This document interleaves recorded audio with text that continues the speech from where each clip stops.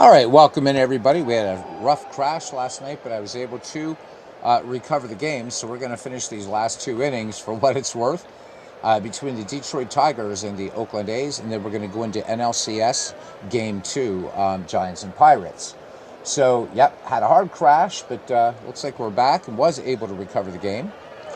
So, Detroit leading this one 6-1 as we head to the top of the eighth. Joe Rudy leading it off here.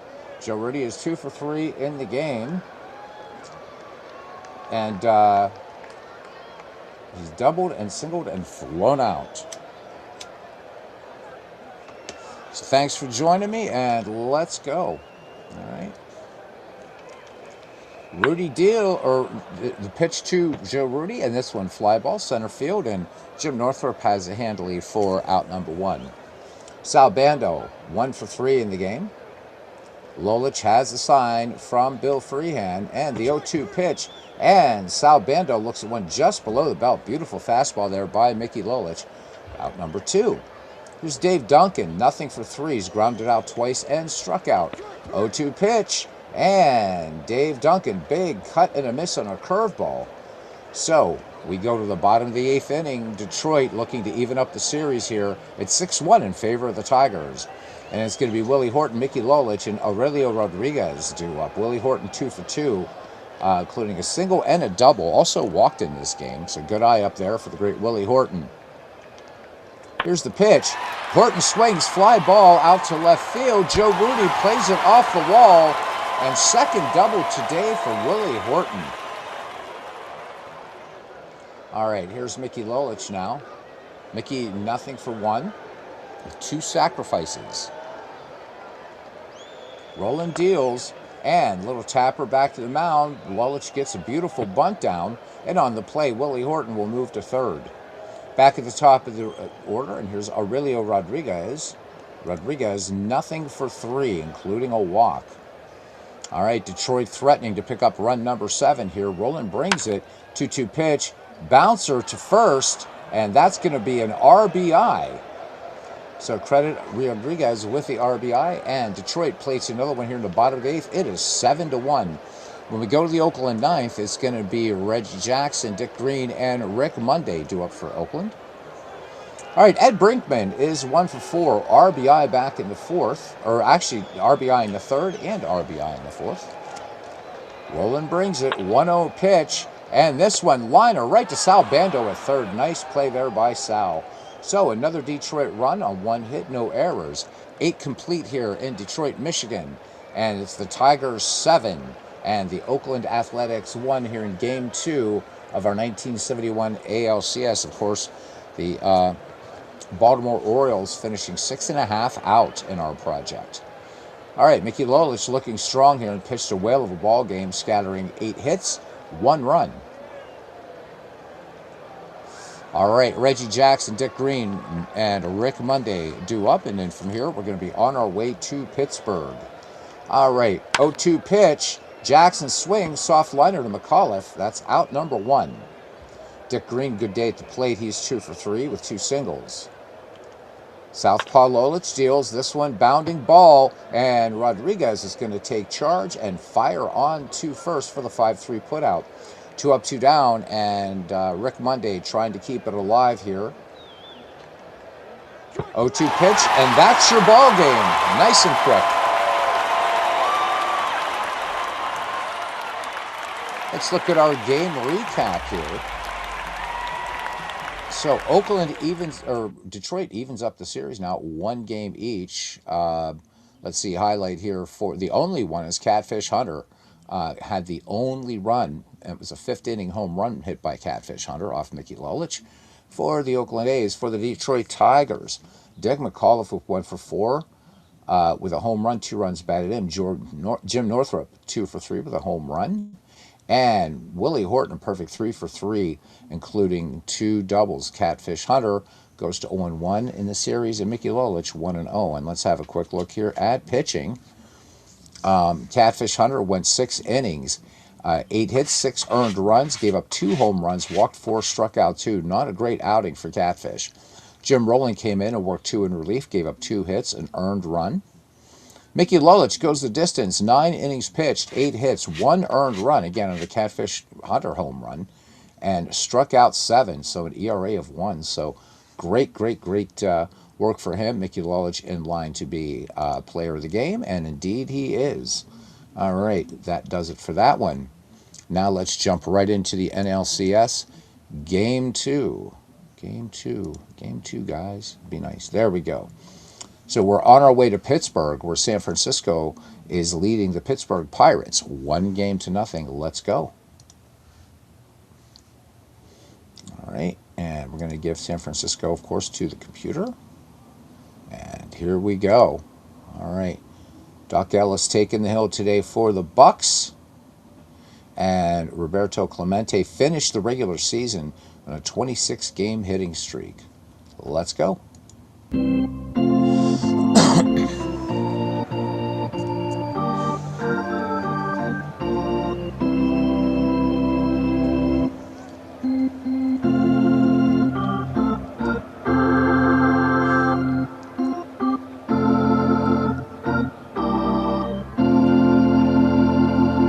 All right, everybody, and welcome to Three Rivers Stadium for Game 2 of the NLCS between the San Francisco Giants and the Pittsburgh Pirates. The Giants lead this game 1-0. Steve Stone will be taking the mound for the Giants, and he'll be opposed by Doc Ellis for the Pittsburgh Pirates.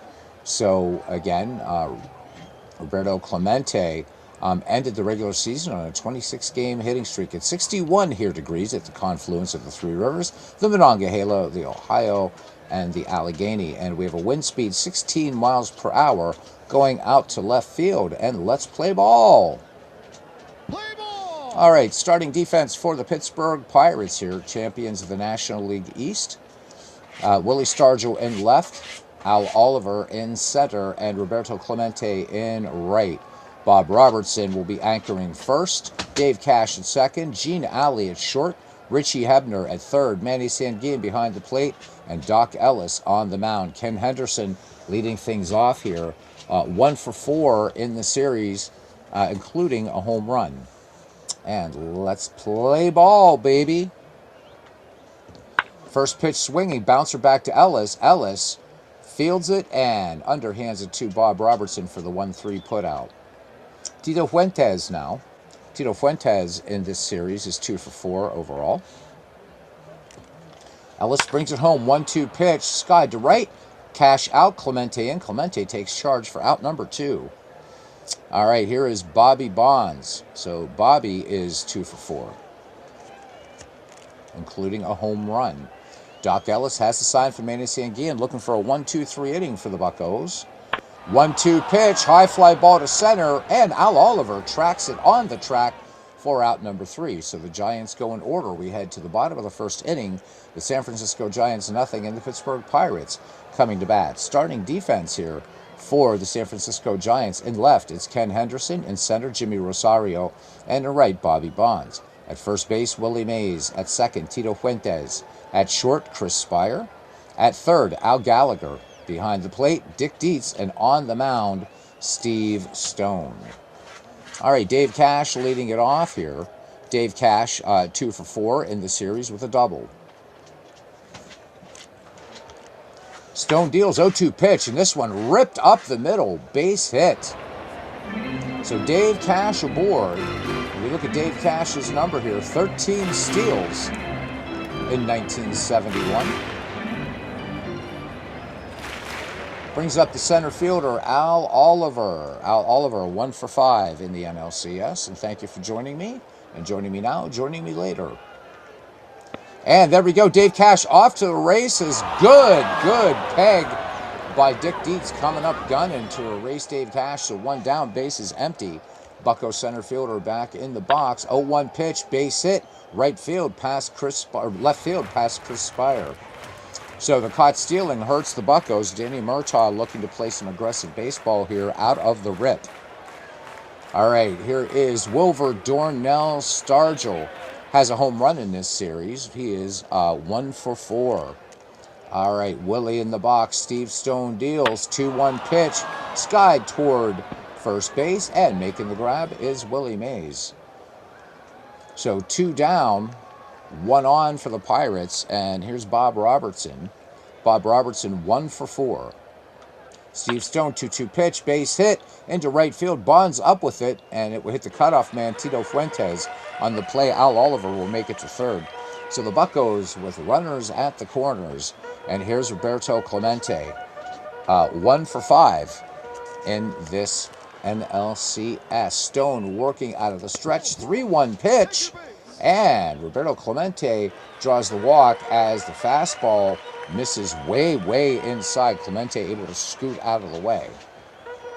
All right, here is Richie Hebner. Richie is 1 for 4 in the game, or in the series, I should say. All right, nowhere to put Richie. 2 down, bottom of the first. Stone deals, and Hebner, strike 3 called in the fastball, so Stone gets out of a mess. We go to the top of the second inning. Scoreless here in Pittsburgh. Doc Ellis will face Mays, Dietz, and Gallagher. Willie Mays, 1 for 5. Doc Ellis winds and deals. 3-1 pitch, and he loses the Say Hey Kid on a fastball up and away. All right, Dick Dietz now, also 1 for 5. Throw over, Willie Mays, not going anywhere. Ellis peers in, has the sign from Manny Sanguillen, and here's the pitch on a 2-0 pitch. This one lofted to left. Willie Stargell back about 5 paces and makes the grab for out number 1. Willie Mays gets back to first. Here's Al Gallagher now, having a pretty good series. He's 2 for 5 with an RBI. Throw down to first, and Mays just gets back on the dive, gets up. That was a very close play there. 1-0 pitch, fly ball, medium deep into left field, and Willie Stargell has it. So 2 away and a runner on for Jimmy Rosario. Rosario, nothing for 3 in the NLCS. 1-0 pitch, grounded to third, Hebner to Robertson, and once again, the Giants go quietly, and we go to the bottom of the second. Scoreless here in Pittsburgh, Pennsylvania. Manny Sanguillen, Gene Alley, and Doc Ellis do up for the Buccos. Sanguillen is 2 for 4 with an RBI. 2-1 pitch, and this one, line drive over the glove of Tito Fuentes into center field. And there's Dwayne Martz joining us here in 1971. Dwayne, I was able to find the game last night, and I just finished it. So it was 7-1 Detroit. So thank you for your help last night, though. But when I fired up Action PC Baseball later, I found it. I realized that the game goes by game date, not date the actual date. I'm looking around, I'm like, oh my God, this is going back into 2025. But I found it. So I should have remembered that about Action PC, but I rarely resume games. All right, Sanguillen on at first, and here is Gene Alley. Gene Alley going to try to put one down to get Sanguillen into scoring position. Probably not with Ellis on deck, but we'll see what Danny Murtaugh has up his sleeve. All right, so Steve Stone looks at the target, set by Dick Dietz, and always helps to do that. Here's the pitch. Gene Alley sends this one deep to left, and this one just twisting foul. So Gene Alley gave it a ride, but it twisted just around the pole on the wrong side. 1-1 pitch. Gene Alley, line drive, base hit into right field. Buccos with 5 hits at this game. 2 ducks in the pond, nobody out for Doc Ellis. Doc Ellis in the project hit 203 with 12 RBI and 2 stolen bases. Steve Stone brings it home, and Ellis gets the bunt down, and Stone to Mays covering, and on the play, 2 Buccos now in scoring position, 1 down back at the top of the order. Dave Cash singled up in the middle, back in the first. 1-2 pitch, Tapper to third, and Stone off the mound will fire on to Willie Mays, so nowhere for Manny Sanguillen to go. So 2 down, Buccos not wanting to squander a chance here. Al Oliver singled back in the first inning. Stone from the stretch, 0-1 pitch, base hit, and 2 RBI for Al Oliver, and the Buccos take an early 2-0 lead here in Pittsburgh.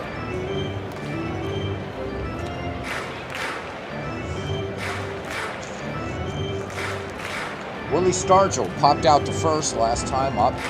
Oliver aboard. Stone deals 0-2 pitch and soft liner right to Tino Fuentes to end the Pirates' second, but the Buccos pick up 2 runs, 3 hits, no errors. 2 in the books here, Three River Stadium. It's the Pittsburgh Pirates 2 and the San Francisco Giants nothing. All right, Doc Ellis will face Spire, Stone, and Henderson. Chris Spire hitting, there's 1 for 4. That's about all we can say right now, anyhow. 3-1 pitch, fly ball center field, and Clemente being called off by Al Oliver for the first out of the inning. Steve Stone. And 2-0 pitch, line to Hebner. 2 up, 2 down. Doc Ellis looking for another trifecta here as we swing back around the top of the order. Ken Henderson, who tapped back to Doc Ellis back in the first inning. 3-1 pitch, and Ellis misses. Change-up inside. So Henderson aboard, threat to steal, brings up Tito Fuentes. Flew out to shallow right in the first. 2-1 pitch, grounder, Hebner ranging to his right, and they get Fuentes. Close play.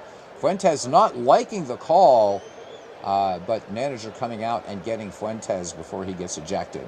Of course, umpires always giving a little bit more latitude. Bottom 3 we are. Pittsburgh leads this one 2-0, and we will have Bob Robertson, Roberto Clemente, and Richie Hebner due up for the Buccaneers. Bob Robertson singled back in the first. Buccos with 6 hits in this game thus far and 2 runs. Steve Stone brings it, 3-1 pitch, and he loses the red-headed first baseman. So curveball down low, and here's Roberto Clemente. Drew the walk last time. 0-1 pitch, hard rip to Spire. Great play to stop that bullet. Unable to get Clemente, but Spire stops that one from going into the left field alley. Shaving a haircut 2 bits. All right, here's Richie Hebner. Richie struck out last time. 1 down, runner on, and again, Chris Spire there flashing the leather for the San Francisco Giants. Stone brings it, full count, fly ball to right, high, but not deep enough as Bobby Bonds makes the grab against the wall. 2 down, Manny Sanguillen singled up in the middle in the second. Stone deals, and line drive, base hit into left. Roberto Clemente turning on the afterburners, makes it to third. Buccos with runners at the corners, and Gene Alley singled back in the second. So 1 for 1 as we see Jeff Hunter is playing out of the park baseball 27. Stone from the stretch, 3-1 pitch, grounder to Spire, takes the first exit to Fuentes for the 6-4 putout. So the Buccos strand 2 in scoring position, no runs, 1 hit, no errors. 3 in the books here in Pittsburgh. The Pirates 2 and the Giants nothing. Doc Ellis will face Bobby Bonds, Willie Mays, and Dick Dietz here, the number 3, 4, 5 hitters for those San Francisco Giants. Bobby Bonds gave it a ride to deep center last time. 3-1 pitch, Ellis issues the walk. So Bobby Bonds aboard as the hammer misses high and inside. Bonds definitely a threat to steal, 26 in the regular season. And here's the Say Hey Kid, drew the walk last time. Throw over, Bobby Bonds back ahead of the tag. Ellis comes home, 0-2 pitch, and we have something going on here. It looks like we have an ejection. We do have an ejection. Mays arguing heatedly with the umpire, and he is out of the game. Willie Mays is gone. So I did say that the umpires will give some latitude, but when you get that hot, you're going to take a walk and not down to first. All right, so first strikeout issued by Doc Ellis in the ball game. Game 2 of the 1971 NLCS in our 1971 project, heading into legacy mode for 1972. All right, 1 away. Bobby Bonds on at first, and Dick Dietz is 0 for 1. Flew out down the left field line last time up. Ellis brings it home. 3-1 pitch. Doc Ellis not looking too sharp this inning. issues another walk. So 4 walks and 1 strikeout thus far for Doc Ellis. And good afternoon to you, Rabid Wolverine. Hope you're doing well, my friend. All right, Al Gallagher, 0-for-1, 1 down, 2-0 Pirate lead, but the Giants threatening here. Willie Mays ejected for arguing balls and strikes. And full count, liner right to Richie Hebner. Nice play there for the Gravedigger's son. All right, 2 down now for Jimmy Rosario, and he grounded out to Hebner back in the 2nd inning. Ellis rubbing up the ball, peers in, has the sign from Manny Sanguilla, and here's the pitch. Grounder, Dave Cash to Bob Robertson, the 4-3 put out, and that does it for the Giants. Nothing across and an ejection, and Dave Kingman will be coming into play first base now for the ejected Willie Mays. Bottom of the order, and we swing around to the top, 8, 9, and 1 for the Giants. Spire, Stone, and Henderson. Rabbit Software just looking for another baseball game to play. Was thinking of picking up Fall Classic Baseball, the 1927 season. I have heard nothing but really, really, really good things about Fall Classic Baseball. That's something that Ken Castro has been haranguing me to get into, and I've heard great things about it. So I know Robert, RGL Network, is a fan of Fall Classic. Ken Castro loves it. These are 2 big guns in the community.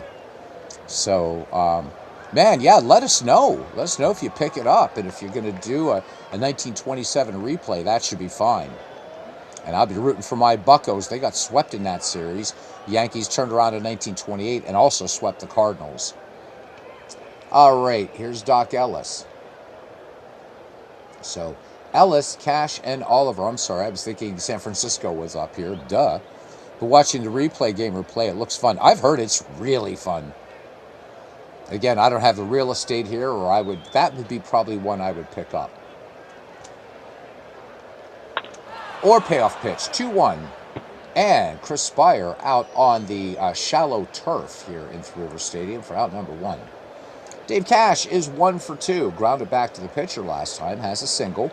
Steve Stone brings it home, 1-1 pitch, and room service bounce there to Dave Kingman, and he will take that one 3 unassisted.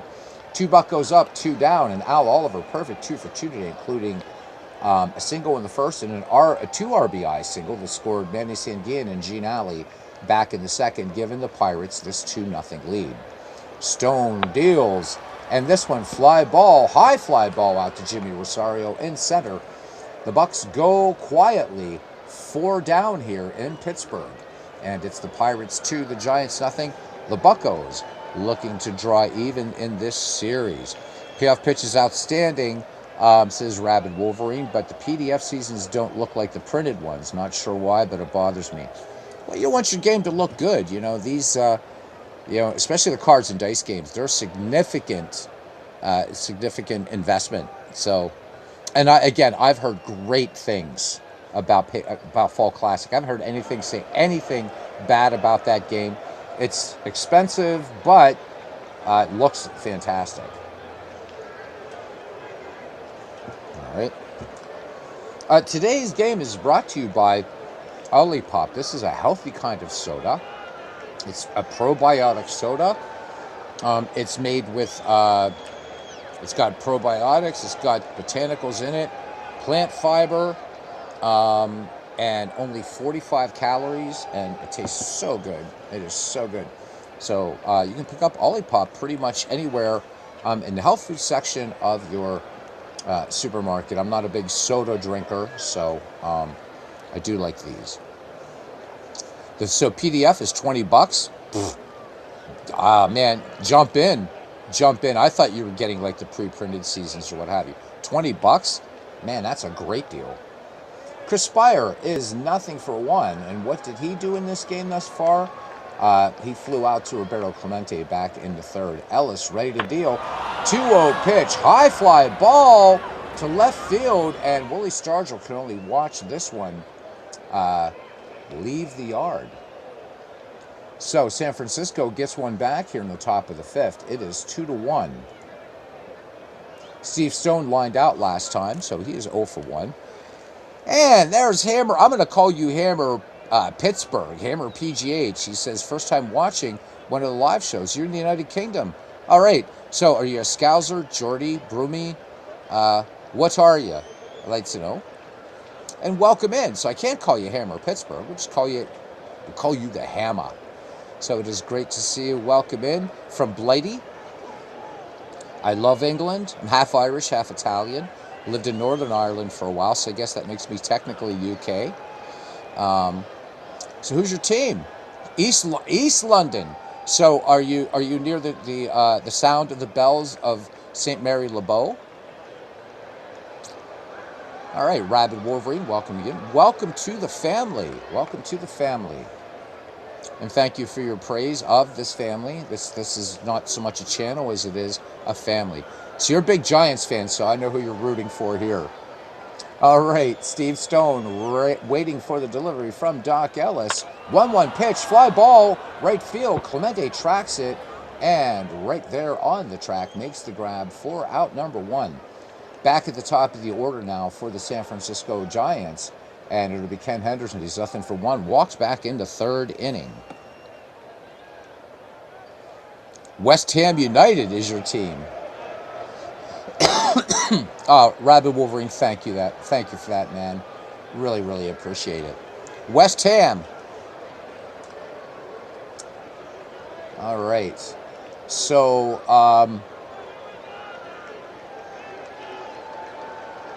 footy, man. Footy is really, it's something. So, of course, as you know, in Ireland, I mean, the big thing there is rugby.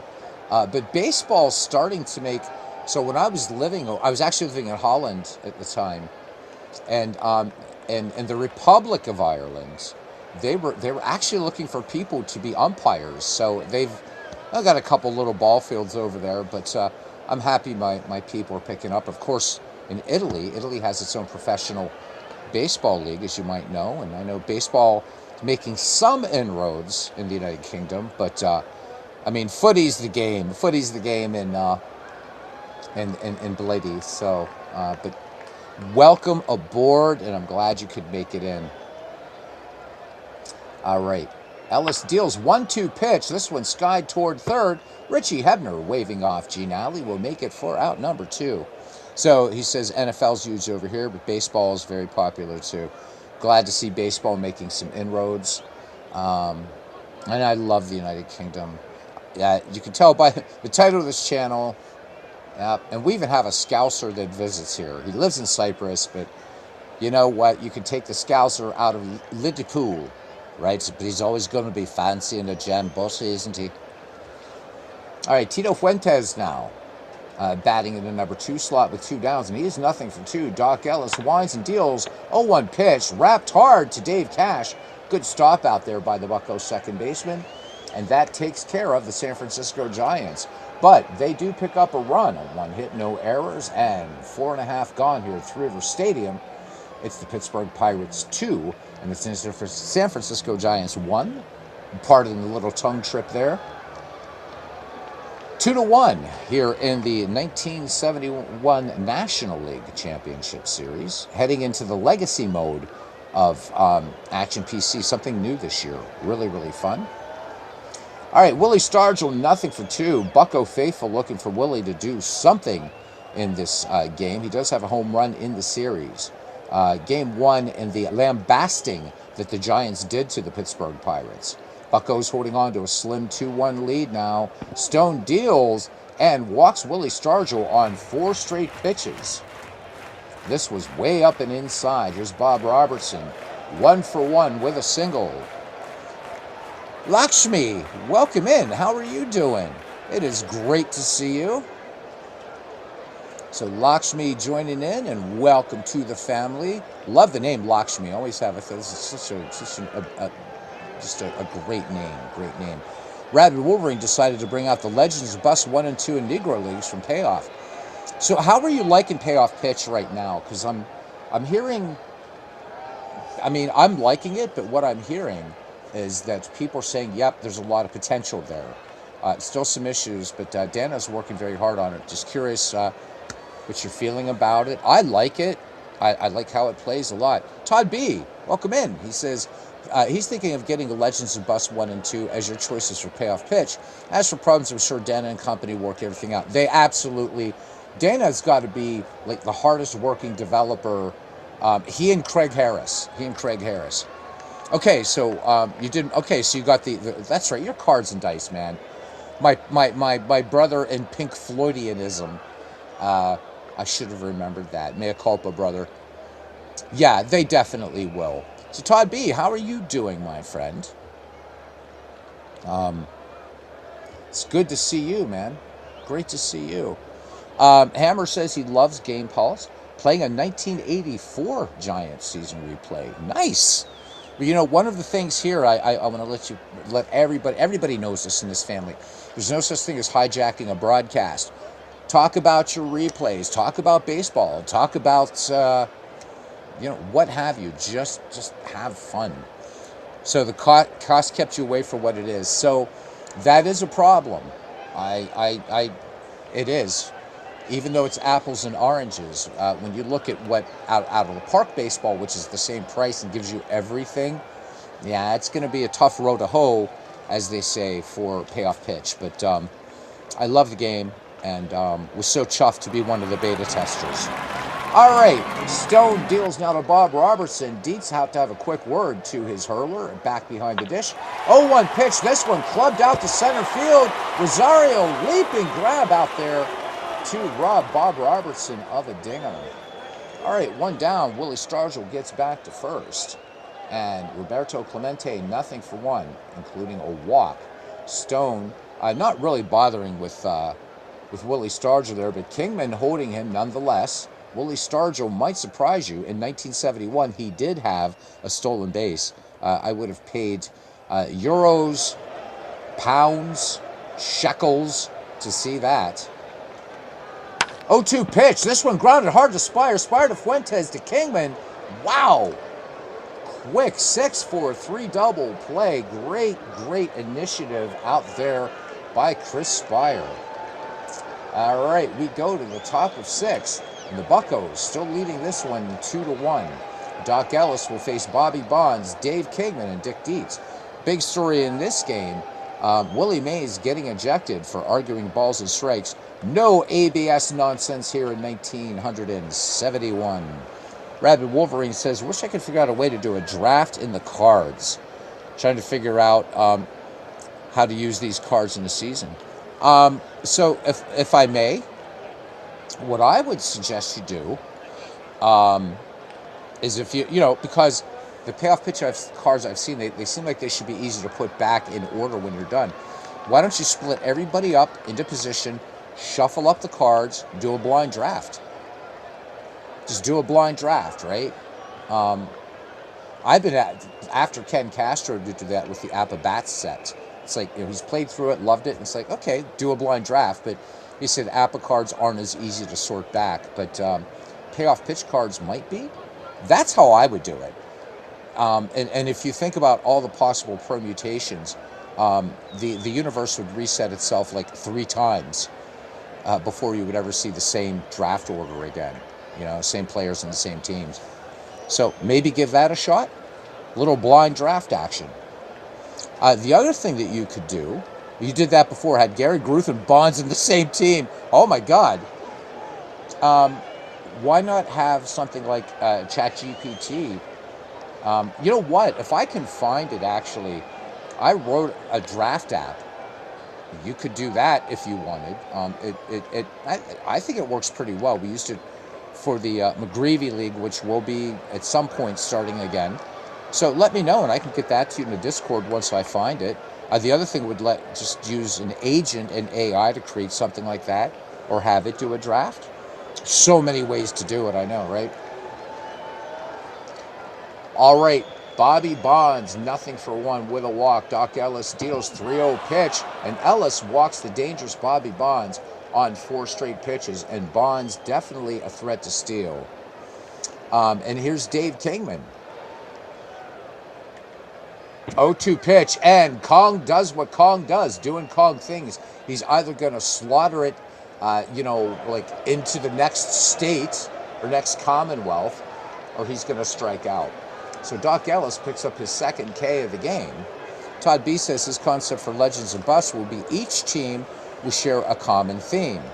For example, one team will be able to speedsters, another will be all switch hitters. I know, Todd, you've been wanting to do a league like that. That sounds really creative, really fun.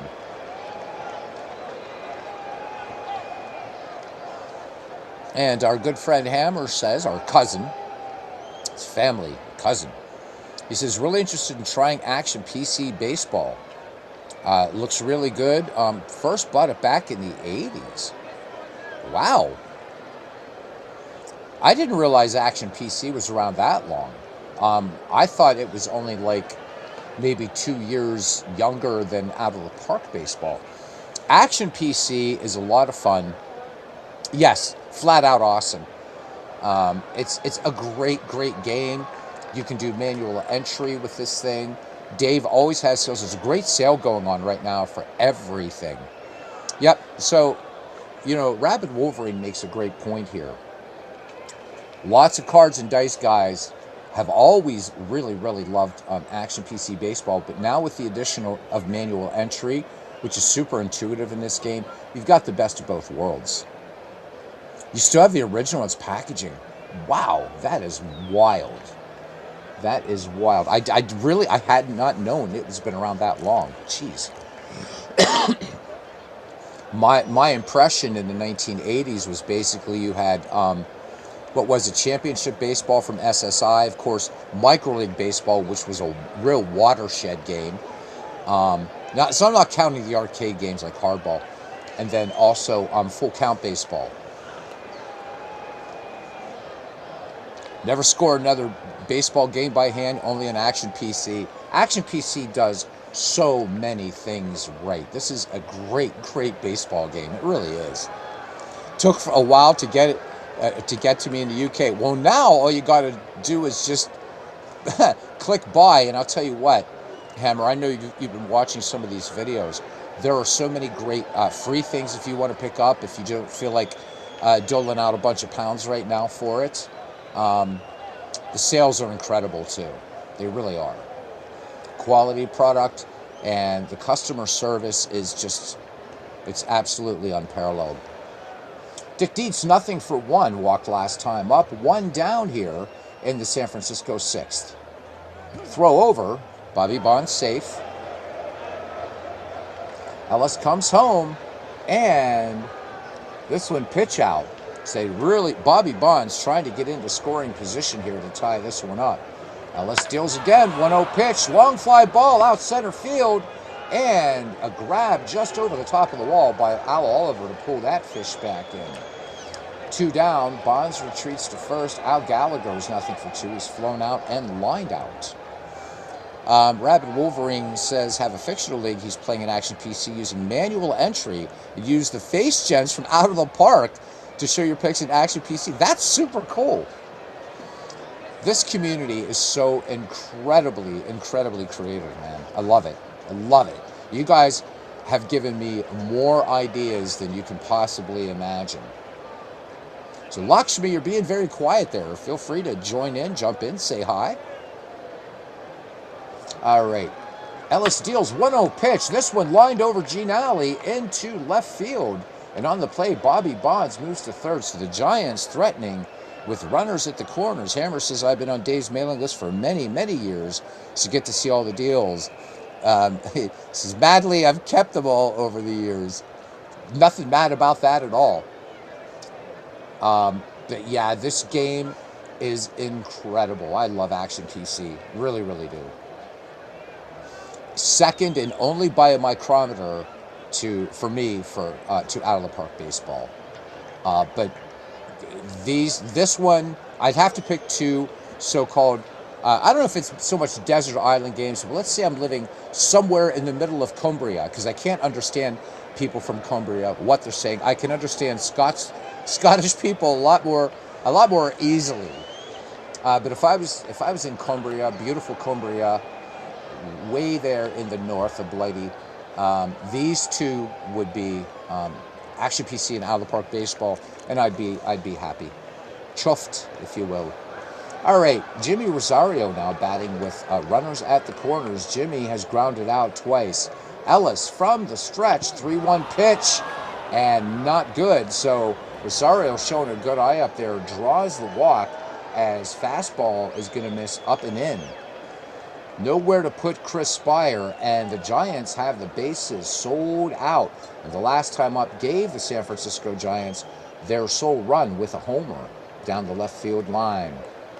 All right, Ellis brings it home. 0-1 pitch. This one ripped alley to Cash, and there we go. So cat-like reflexes on both sides of the diamond, and the Giants leave them sold out. We head to the bottom of inning number 6.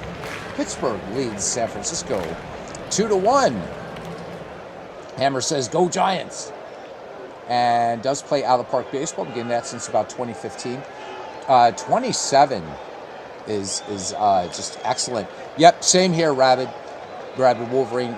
Since 1999, man. Remember, it came on a CD, and you had to actually download the Sean Lahman database, and how that game has grown is just incredible. And the player development lab is something super unique. I love the uniqueness of each of the games that I play, and I'm picky about them, and I love that. So for this, in other words, Action PC, right, by just hovering, I can see exactly what Richie Hebner did. By going up here, I can look at the line score by each inning, or each half inning. No other baseball game gives me that. You have to sort of go to a box score and what have you. Just incredible game. Yeah, those are ancient compared to now. I would love to find a 1999 version of it and configure it in DOSBox. I think it ran in a Windows shell, though, if memory serves. Remember when the Almanac came out and had to run it like a second program? Yup. Good times, though, man. We were in heaven. With that, right? Love the development lab. There you go, Hammer. I'm glad to hear somebody else is fond of it. He said, "What do you think of the new difficulty settings in this year's game?" I like it very much. Because the game will challenge you, and I think that out of the park baseball needed those difficulties. So, because you could really take advantage of the trading in that game. So I do like that. Do I think that the game is as hard to... The game that of all of them that I play that's going to really keep you on your toes as a manager is Diamond Mine Baseball. That thing is scary. The AI in that. Whatever they've done, if you're not on your toes. But yeah, I love it. I love everything Action PC or Out of the Park Baseball has done this year. All right, here's the pitch to Hebner. 3-1 pitch. And this one, line just foul past Dave Kingman giving chase. All right, count full on Richie Hebner. Here's the pitch. And Hebner, line drive, but Tito Fuentes recovers the projectile. One away now. Manny Sanguillen, he is 2 for 2 today with 2 singles. 1-2 pitch, high fly ball center field. Rosario at the track, at the wall, gloves it for the second out of the inning. Gene Alley now 1 for 2. Stone deals, 2-1 pitch, fly to center. Jimmy Rosario, short of the track, makes the grab, earning his paycheck. We head to the top of the 7th inning. Good, tight ball game here. Pittsburgh 2, San Francisco 1 for Pittsburgh thus far. 2 runs, 7 hits, no errors, and 6 runners left on. For the Giants, 1 run on 2 hits, no errors, and they have stranded 7. Steve Stone, let's see if he will be batting for himself. You got to think he's got a little bit of gas left in the tank. We'll see. 0 for 2. He will not. So let's have a quick gander here. So that was Fran Healy that came in to pinch hit. All right, 1 away back at the top of the order. And Action PC will just pop him in there, man. All right, here's Ken Henderson now. Henderson, nothing for 2. Ellis deals, 0-2 pitch, and this one, soft liner over first, into right for a base hit. Giants now with their 3rd hit of the game. It brings up Tito Fuentes, who is nothing for 3. Do love a tight game. Yep, You got Diamond Mine too, but not played it yet. Whew. Diamond Mine is a great baseball game and super stable. Carlos Yaz, oh my God, Carlos Yaz joining us here at the old Ball Orchard, as they would call it in the 19th century. Great to see you, my friend. All right, Carlos Yaz, big basketball guy, college basketball. But Carlos knows his baseball too. Man, we've got the Illuminati, we've got the Glitterati in here today of the family. Welcome in, everyone. Very impressed by this game, says Hammer. Definitely think I have to pick it up. Have the 2018 version. A lot has changed. I'll show you a few of the changes if you want to hang out after this. And I'll show you. There's a lot of changes in this game, actually. I know, I sound like such a show for these baseball games. So be it. 2-1 pitch up the middle. And cash to Robertson. They're unable to get Kenny Henderson there. But they will get the trailing runner. So 2 down. And this is going to be a key at bat here for Bobby Bonds. And how does Doc Ellis handle Bobby? Well, Bonds in this game is seeing Ellis pretty good. Pretty well. As he's given 2 free passes to Bobby. Ellis deals, and on the 0-2 pitch, 7th inning stretch time, the Giants turned away again, 2-1 in favor of the Pittsburgh Pirates. Sing along to the chorus of "Take Me Out to the Ball Game," written in 1908. 1 year before the Beatles. No.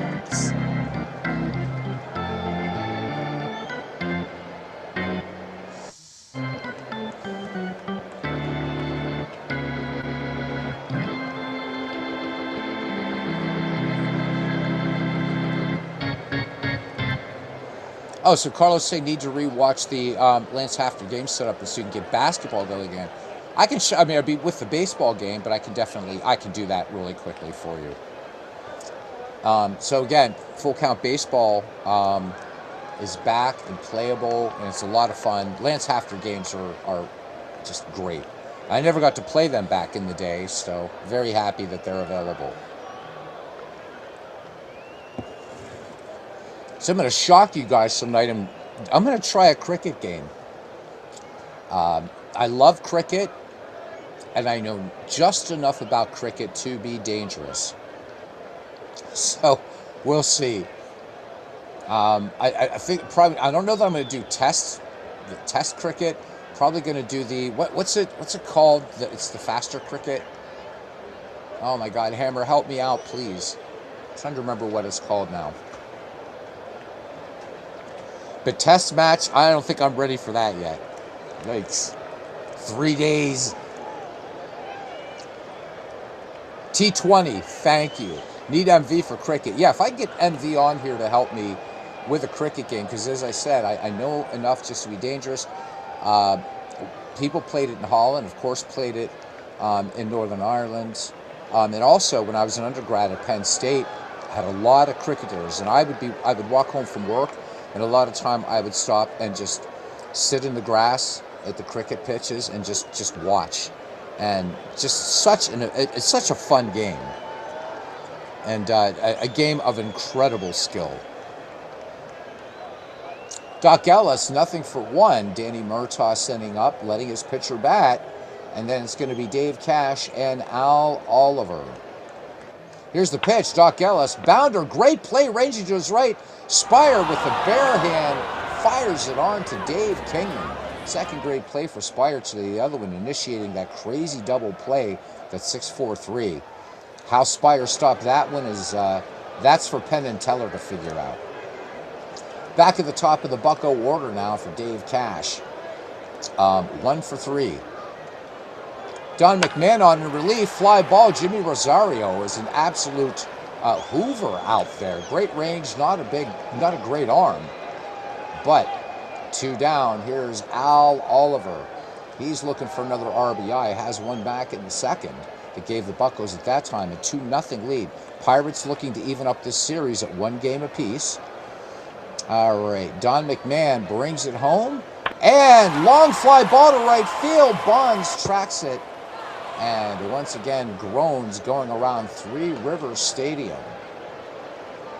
All right. That does it for the Bucks. 7 complete here in Pittsburgh, Pennsylvania. Pittsburgh Pirates 2, San Francisco Giants 1. Again, this game brought to you by Olipop. It's the healthy soda. Dave Kingman, 0-for-1, will lead things off, followed by Dick Dietz and Al Gallagher. Kong struck out back in 6th, came in to replace Willie Mays, who was ejected for arguing balls and strikes. Ellis brings a 3-1 pitch, clobbered off the wall. Dave Kingman with the double. So Dave Kingman doing Kingman things. He absolutely crushed that ball, just a little bit too much height. All right, tying run aboard for the San Francisco Giants. And here is the catcher, Dick Dietz. He is 0-for-2. Sanguilla now to have a word with Doc Ellis. And here's the pitch, and Dick Dietz. Curveball, called strike, and the umpire hesitated for a moment, and Ellis does get the call. 1 down. Ellis getting near a point of fatigue here, perhaps, is Al Gallagher in the box. Let's go out and let's, Danny Murtaugh is going to have a little mound trip here with Doc Ellis. Ellis may be tired. We're going to go to our bench, but, so Hammer, this is a new thing that I did want to show you here. This is a batter-pitcher analysis tool, and it works 2 ways. It works outside of a game, and it's great for roster management and things like that. But in-game is where this really, really shines. So you can see here, as I'm looking at my bullpen for the Pittsburgh Pirates, I can see possible hit percentages, and then what percentages of, for doubles, triples, homers, walks, strikeouts, run percentages. And I can do this, so by just picking, let's say, okay, I can click on Jimmy Rosario's name, and everything is going to change. And this also will adjust according in real time to game situation and everything right now. So I can see that Al Gallagher has a 26.4% chance of getting a hit off of Doc Ellis, 4% chance for a double, a 1.2% chance for a triple, and again for a home run, walk, and so forth. So Ellis getting up there in his pitch count. So it's all hands to the pump, and I'm kind of looking at possibly Jim Nelson here. Nelly Bryles on short rest. I want to keep my main starters, but Jim Nelson looks to be a pretty good candidate here right now. So Jim Nelson will take the mound. Doc Ellis, responsible for Dave Kingman on at second, leaves with a 2-1 lead. All right, Jim Nelson with a 3.79 earned run average took 1 for the team in that lambasting in Game 1. All right. He finishes up. Gallagher now in the box. Rabbit Wolverine says, I'm so sad. I thought I bought the second Legends and Bust for Cards and Dice. Guess your biases. Guess I'm buying. Buying, printing, and cutting again. Good thing you're on holiday. Absolutely. Yeah, that is, Hammer. It's superb. Aaron Reed, where have you been? Where have you been? Great to see you, my friend. Mike, what's going on? Mike, literally my neighbor. He says, hey, Beatles, hope you're feeling better. I am. Thank you. Catching late, had to finish up mulching around the house. Also got to watch your last 2 broadcasts. Had a busy week. Mike, yeah, we're definitely gonna get together. So Mike now living in the same borough as I am in the Commonwealth. So Mike and I are going to get together, talk some baseball. Mike is one of the great contributors both to the Action PC and Out of the Park communities. Great, great guy. Aaron says he's been around. Okay. Aaron, we're going to do a special chin wag for you. We're going to make it about baseball for Windows because, as you know, I did that kind of response video to Daniel Evanson, and I'd like to just get your take on things as well, as you and I are huge Baseball for Windows fans. All right, Jim Nelson now in a crucial situation, and let's see how it plays out for the Buccos. Nelson deals, grounder to Cash on to Bob Robertson. On the play, Dave Kingman's going to make third, 2 down for Jimmy Rosario. Here's nothing, 4-2. Jim Nelson works out of the stretch. Full count, and he loses Jimmy. Runners at the corners, and here's Chris Spire, who had a home run back in the 5th. So again, Spire responsible for the only run for the San Francisco Giants. Everybody greeting Aaron Reed. Nelson brings it, and he loses Chris Spire. Not looking good here. We know Don McMahon is not going to pitch for himself. So we're going to go to the mound. And we're not even going to make a mound trip on this one. Oh, I really... Can Luke Walker get this last out? I'm not ready. This is not a Dave Giusti situation. May his memory be eternal. Mudcat just hasn't been getting it done. Man, I hate to use a starter though. But again, all hands to the pump in the postseason. But I got to save my lefty.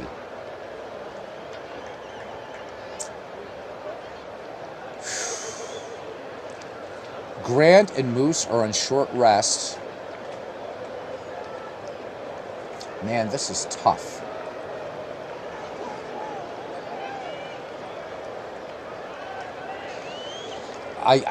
Leaving Nelson in the game right now, to me, just... Well, you know what? As I look at his numbers up here, but that's against Don McMahon, so... Let's see, if they bring in Willie McCovey, which is what I would do, let's look at these numbers change. So there, Hammer, hopefully you saw that. So McCovey is going to be really, really, really dangerous here against Jim Nelson. Hallinier, you got to really think that San Francisco is going to go to stretch in this one.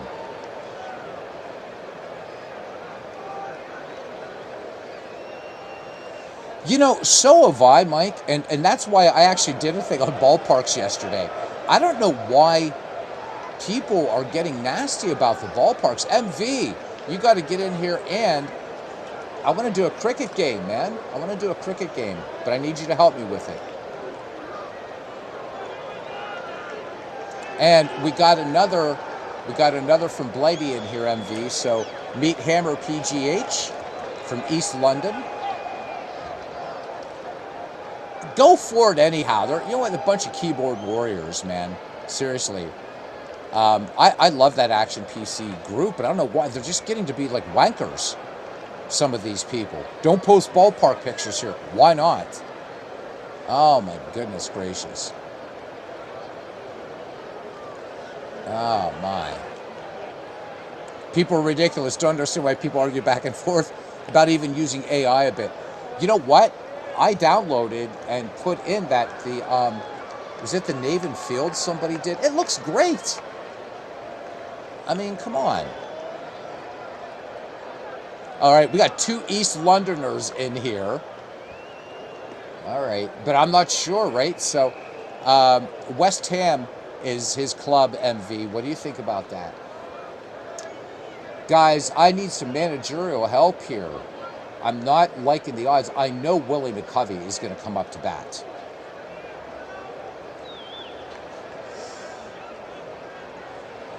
Yeah, I might just send a little message to him. Mike's an Arsenal fan. All right, so we're not going to get into a footy dust-up here, I hope. Oh, man. All right, so if I would bring in Luke Walker, what kind of trouble am I asking for here? So Willie McCovey is just going to hurt you any old way he can. Let's make a mound trip. All right. I don't know. I'm feeling merciful, but I'm feeling also a strong sense of trepidation because I know Willie McCovey is coming up to pinch hit. Yep. And Jim Nelson, McCovey didn't even have a chance to really hurt us, but he drew the walk, and the San Francisco Giants tie it up.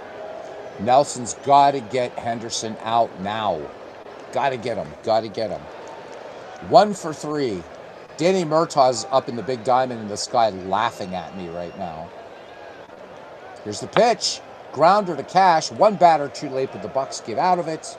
And we head to the bottom of the 8th inning, and San Francisco has knotted it at 2.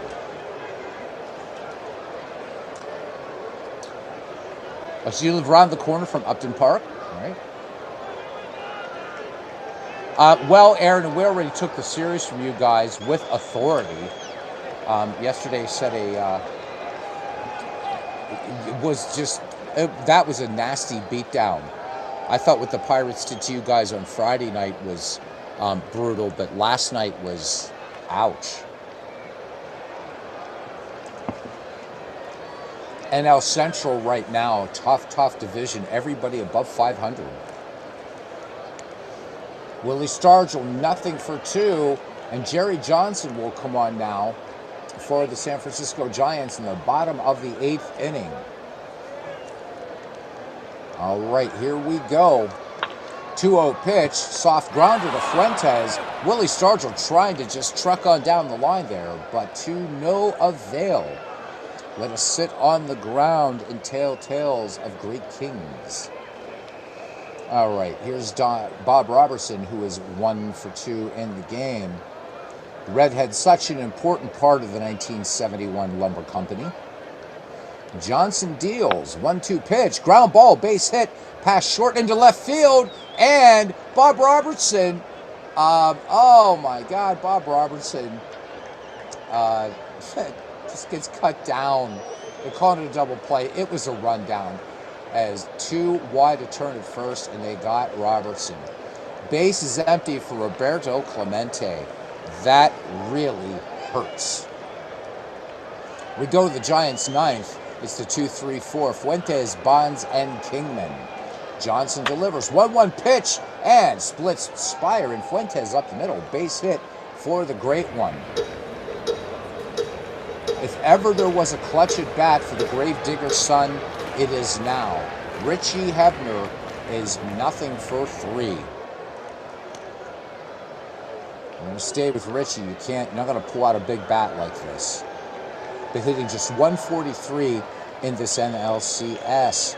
Jerry Johnson brings it, and Hebner grounds to Gallagher. Bang, bang play. Hebner beats it out for the infield hit. 2 ducks on the pond for the Pittsburgh Pirates. Manny Sanguillen is 2 for 3 right now with 2 singles. All right, Johnson sets and fires. 2-2 pitch. Fly ball shallow left. Ken Henderson tracks it down. The Bucks strand 2 ducks, and winds picking up here in Pittsburgh. 23 mile per hour now out to left. We head to the top of the 9th. We are knotted at 2 in Game 2 of the 1971 NLCS. Tito Fuentes, 0 for 4. And we're going to give Jim Nelson this batter and see what he does. And we know what that is. Go to the shower, son. You just hit Tito Fuentes for no reason at all.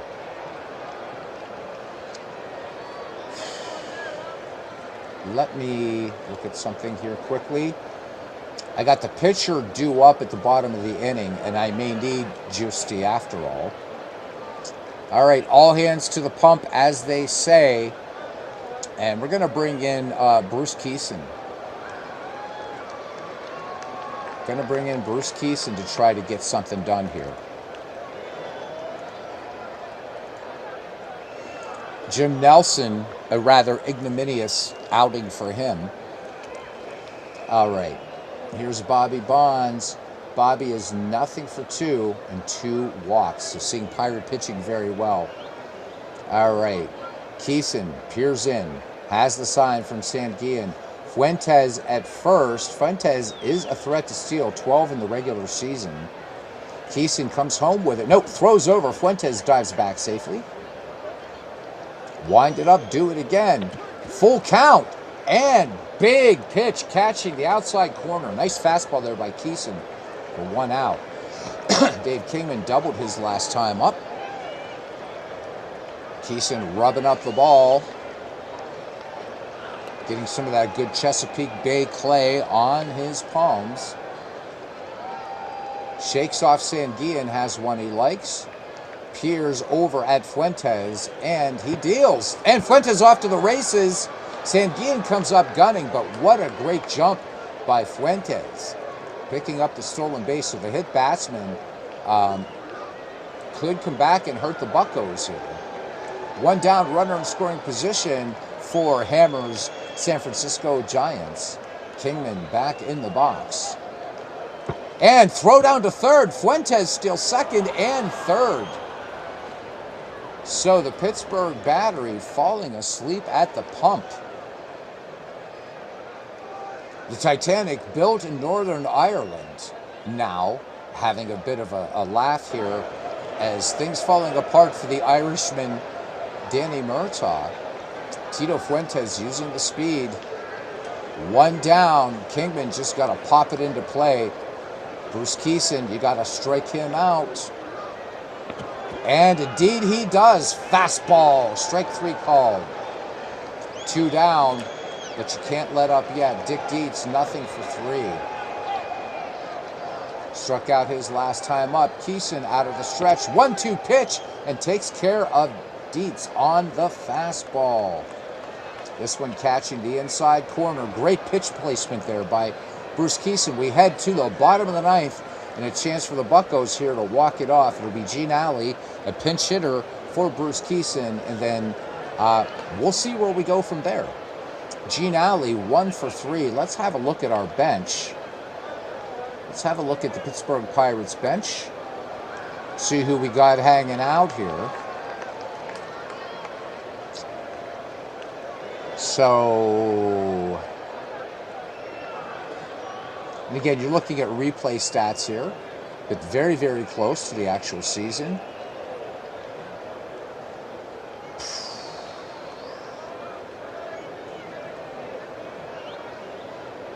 So.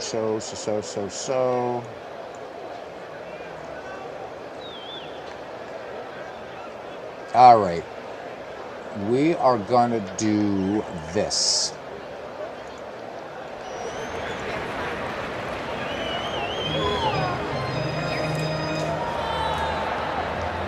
Rennie Stennett.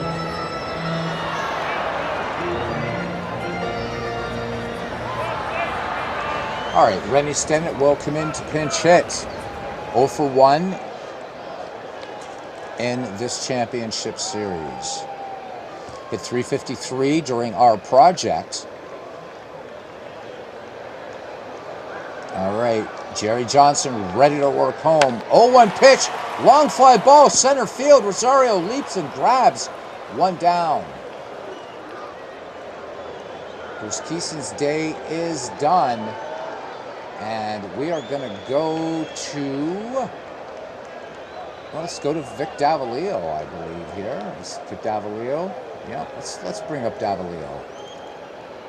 I was going to go to Gene Klein's, which is something that Danny Murtaugh would frequently do, I'm told.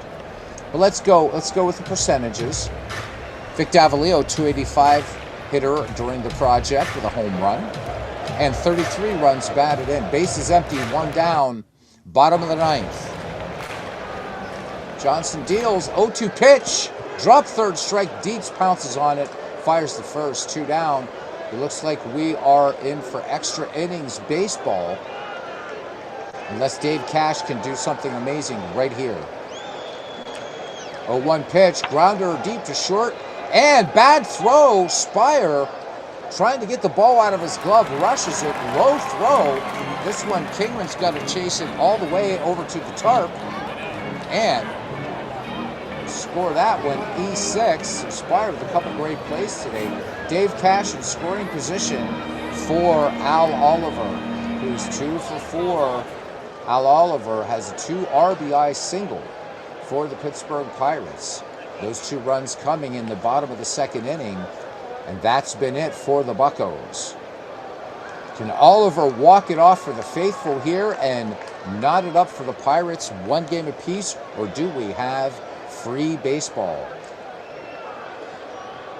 1-1 pitch, we have free baseball. Pop to short, Spire camps under it. Let's get busy. All right. And we're going to bring in Jackie Hernandez for the defense. And that is we're going to say goodbye to Rennie. Nah, we're going to say goodbye to Vic Davil. It doesn't matter. They're both going. What am I thinking? All right, let's let Diddy Murtaugh pick who's coming up now. All right, Al Gallagher is 1 for 4. Gallagher, Rosario, and Spire due up for the Bucks, or for the Giants here in the top of inning number 10. Dave Justy up there, 0-2 pitch. Justy makes short work of Al Gallagher. 3 pitches, 1 out, we'll take it. Jimmy Rosario now with 2 walks, 0 for 2. Justy deals, may his memory be eternal, grounded. Hernandez, too much speed for Rosario getting down the line. Hernandez with the double clutch. So hit number 5 for the San Francisco Giants brings up Chris Spire now. Solo shot in the 5th for him. Justy brings it, 1-2 pitch, grounded to Hernandez, to Cash for out number 2, late on the relay throw. Fielder's choice for Spire, and brings up Jerry Johnson, who won't be hitting for himself. And it will be Hal Lanier, grounded hard to third, and Hebner will go to Cash for the 5-4 putout. That does it for the Giants. We go to the bottom of the 10th, and it's the Pirates 2 and the San Francisco Giants, also a deuce. And I'm missing a ton of comments, guys. I am so sorry. Jeez. All right. Aaron Reed watching the Kentucky Derby. MV. We got our 2 Brits talking here, which I love it. Standing at 376. How about it? All right. Hammer saying, "Come on, Giants." All right. Here we go. Try to stay caught up when I can. Sometimes when these games get like this, though, I get all uppity. All right. We got Don Carruthers coming in now. Carruthers in this NLCS, a 4.57 earned run average for him. And here we go. Willie Stargell, nothing for 3 with a walk. It will be Stargell, Robertson, and Clemente. Carruthers deals, 3-1 pitch, and Willie Stargell, good eye up there. Fastball misses inside. Stargell aboard. And here is Bob Robertson. Bob Robertson cut off first, fancying himself to be Hannes Wagner. Carruthers brings it, 2-2 pitch, and this one skied toward third in foul territory. Al Gallagher makes the grab for the first out of the bottom of the 10th. Roberto Clemente, 1 for 3, finished the season with a 26-game hitting streak. Needs a little bit more of that voodoo now. Carruthers deals, and not going to happen. Strike 3 called as Clemente didn't even budge the ash off the shoulder. All right, Hebner with an infield single back in the 8th was clutch. Can he do it? Carruthers deals, 2-0 pitch. Bouncer to Carruthers on to Kingman. We go to the 11th. And why the game still does this, I have no idea. And this preceded a crash last night.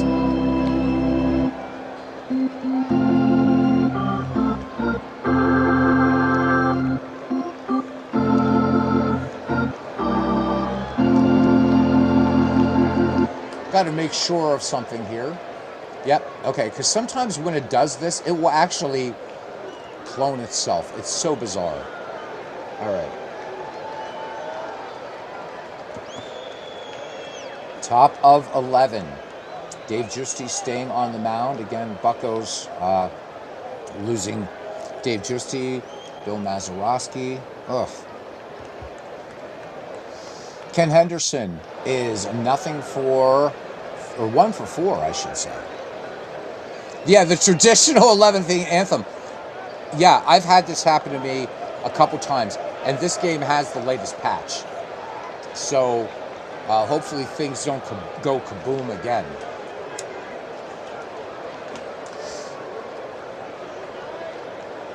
One-two pitch, and this one line drive up the middle, and the go-ahead run is aboard for the San Francisco Giants. Tito Fuentes back in the ninth was hit by a pitch, stole second, stole third. 0 for 4 on the day. Justy deals. Throw down, and Ken Henderson caught stealing. That time, Sangi was up and firing down. All right. One away, base is empty. Fuentes back in the box. Justy deals. Hard ground ball, 2 hopper there. 2 quick hops off the old artificial turf. And cash to Robertson, 2 up, 2 down for Bobby Bonds. Justy due up third in the inning. So it's going to be up to Manny Sanguillen or Jackie Hernandez to try to get this done when we get to the Pirate 11th. Dave Justy brings it home. 2-0 pitch, fly ball, center field, and Al Oliver leaps and grabs. Al Oliver getting it done for the Pittsburgh Pirates. So Giant threat nullified. We go to the bottom of the 11th. 2-2 in a hard-fought game. Manny Sanguillen 2 for 4 has flown out twice, a single and 2 singles. Carruthers stays on in relief. He's good for a lot of pitches too. Carruthers deals 0-2 pitch. Could this be it? Rosario back. Nope. Again, the Hoover does it in center field. Here's Jackie Hernandez now. We're going to keep Jackie in there. Carruthers deals 1-2 pitch. Bouncer back to the mound. Carruthers off the left side of the bump onto Dave Kingman. And boy, I hate to take him out, but Dave Justy is done.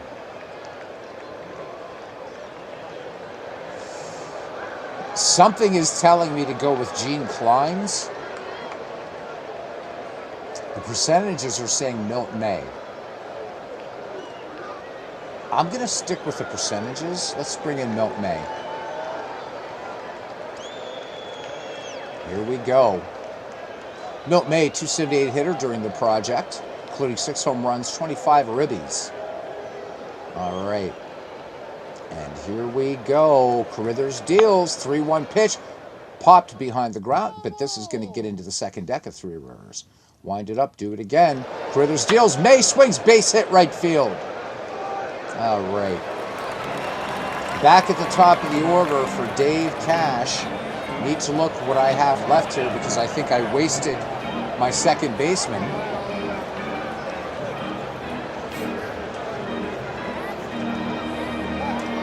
Do I have anybody left? So I do have Bill Mazeroski. I think we go to our bench.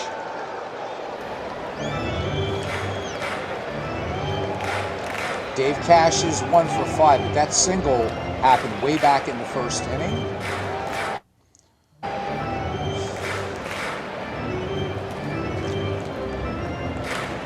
Percentages are saying Jose Pagan. Let's go with it. Why not? Worked last time. All right, Pagan, 241 hitter, 5 home runs, 15 runs batted in our 1971 project. Carruthers ready to work here with 2 down. Dietz out to have a quick word. Back behind the dish. Carruthers deals. Pagan swings. Grounded deep to third. Gallagher to Fuentes to retire May. And we go to the top of the 12th inning. And we're going to bring in, may his memory be eternal, one of the greatest second basemen defensively of all time, the great Bill Mazeroski. And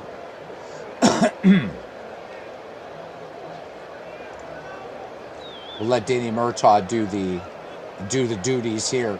Dave Kingman, top of the 12th inning. Luke Walker into pitch, and he dispenses of Dave Kingman rather quickly on a fastball. So Luke Walker picking up the strikeout. Danny Murtaugh saying, all hands to the pump, lads. Dick Dietz 0 for 4. He's fanned twice in this game. Here's the pitch, and Luke Walker loses Dick Dietz. So Dietz aboard, and Al Gallagher 1 for 5, grounded out to the pitcher last time up. Full count, and takes care of Dick Dietz. And big swing and a miss on the big bender there. So 2 outs. Luke Walker now to face Jimmy Rosario, 1 for 3. 1-2 pitch, bouncer. Bob Robertson will take it to the bag himself. It's the bottom of the 12th inning. These teams asking no quarter nor granting it. Bottom of the 12th, it is 2-2.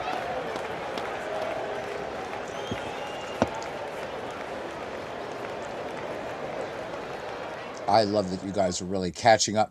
Bill James books are incredible. The Bill James Historical Abstract is a must-have in your library, guys. Aaron Reed informing us that Jackie Hernandez played on the first Kansas City Royals team. Good stuff. Yep, tight game. Gotta love it. Street and Smiths. So you guys still want to see Street and Smiths, go on the Internet Archive. They're all on there. Scanned beautifully. All right. I did a video a while back of baseball resources on the Internet Archive. So go on there. Have fun, man. Great stuff. Yeah, Street and Smiths. Great stuff, man. All right, Al Oliver, Willie Stargell, Bob Robertson. And if any one of them get on, Roberto Clemente. All right, Carithers still on in relief. He's worked 2 with a strikeout and a walk and a hit. Carithers brings it, 2-2 pitch, out to Jimmy Rosario. Bobbles the ball, but holds on to it. So pulses quickening here at Three Rivers. Diastolic, systolic, going through the roof, and Jimmy Rosario says, not yet. Willie Stargell, nothing for 3. Carithers brings it, 1-0 pitch, grounder to Kingman. He'll take it to first for out number 2. Bob Robertson, 2 for 4. You are not Hannes Wagner. Just hit the ball out of the park, please. 1-1 pitch. He's going to hit it out of the park, but the reverse way. This one's going to make the seats third deck here at Three Rivers Stadium. Dietz puts the mask back on. Into his crouch. Carithers deals 1-2 pitch. And Bob Robertson will whiff on that one. Top of 13. 2-2. Luke Walker will face the bottom of the order. Spire. We'll see if Carithers will bat for himself. And then Ken Henderson. Oh, my goodness gracious. Spire is 1 for 4, grounded to short last time up. Luke Walker to bring it, 2-1 pitch. Fly ball down the left field line. Stargell giving chase. And this one goes foul. Luke Walker gets the new ball, rubs it up. Ready to face Chris Spire again. And loses him. Luke Walker giving up the free pass. That's his second one to accompany 2 strikeouts. Bucco's looking to turn 2 here. Carithers will not bat for himself. It's going to be Foster, and Foster slashes this one into center for a base hit. But Spire, the slide into third, out. Great throw there by Al Oliver. So the Buccos get an absolutely mammoth break, dodging a nuclear vessel, as Mr. Chekhov would say in Star Trek. Ken Henderson having a good day, 2 for 5. Luke Walker wants to put a stop to that right here. Let's turn 2, Buccos. 2-2 pitch, fly ball out to Al Oliver, makes the grab at the track. So a lot of loud outs here for the San Francisco Giants. Brings up Tito Fuentes. Nothing for 5 with 2 steals. 1-2 pitch, Fuentes down on strikes on a fastball. All right, it is going to be Roberto Clemente, Richie Hebner, and Manny Sanguillen as we're in the bottom of the 13th inning. Whew. All right. Rich Robertson comes on in relief now for the San Francisco Giants. 1-0 pitch, base hit, past Spire into left, and the Buccos have the winning run aboard.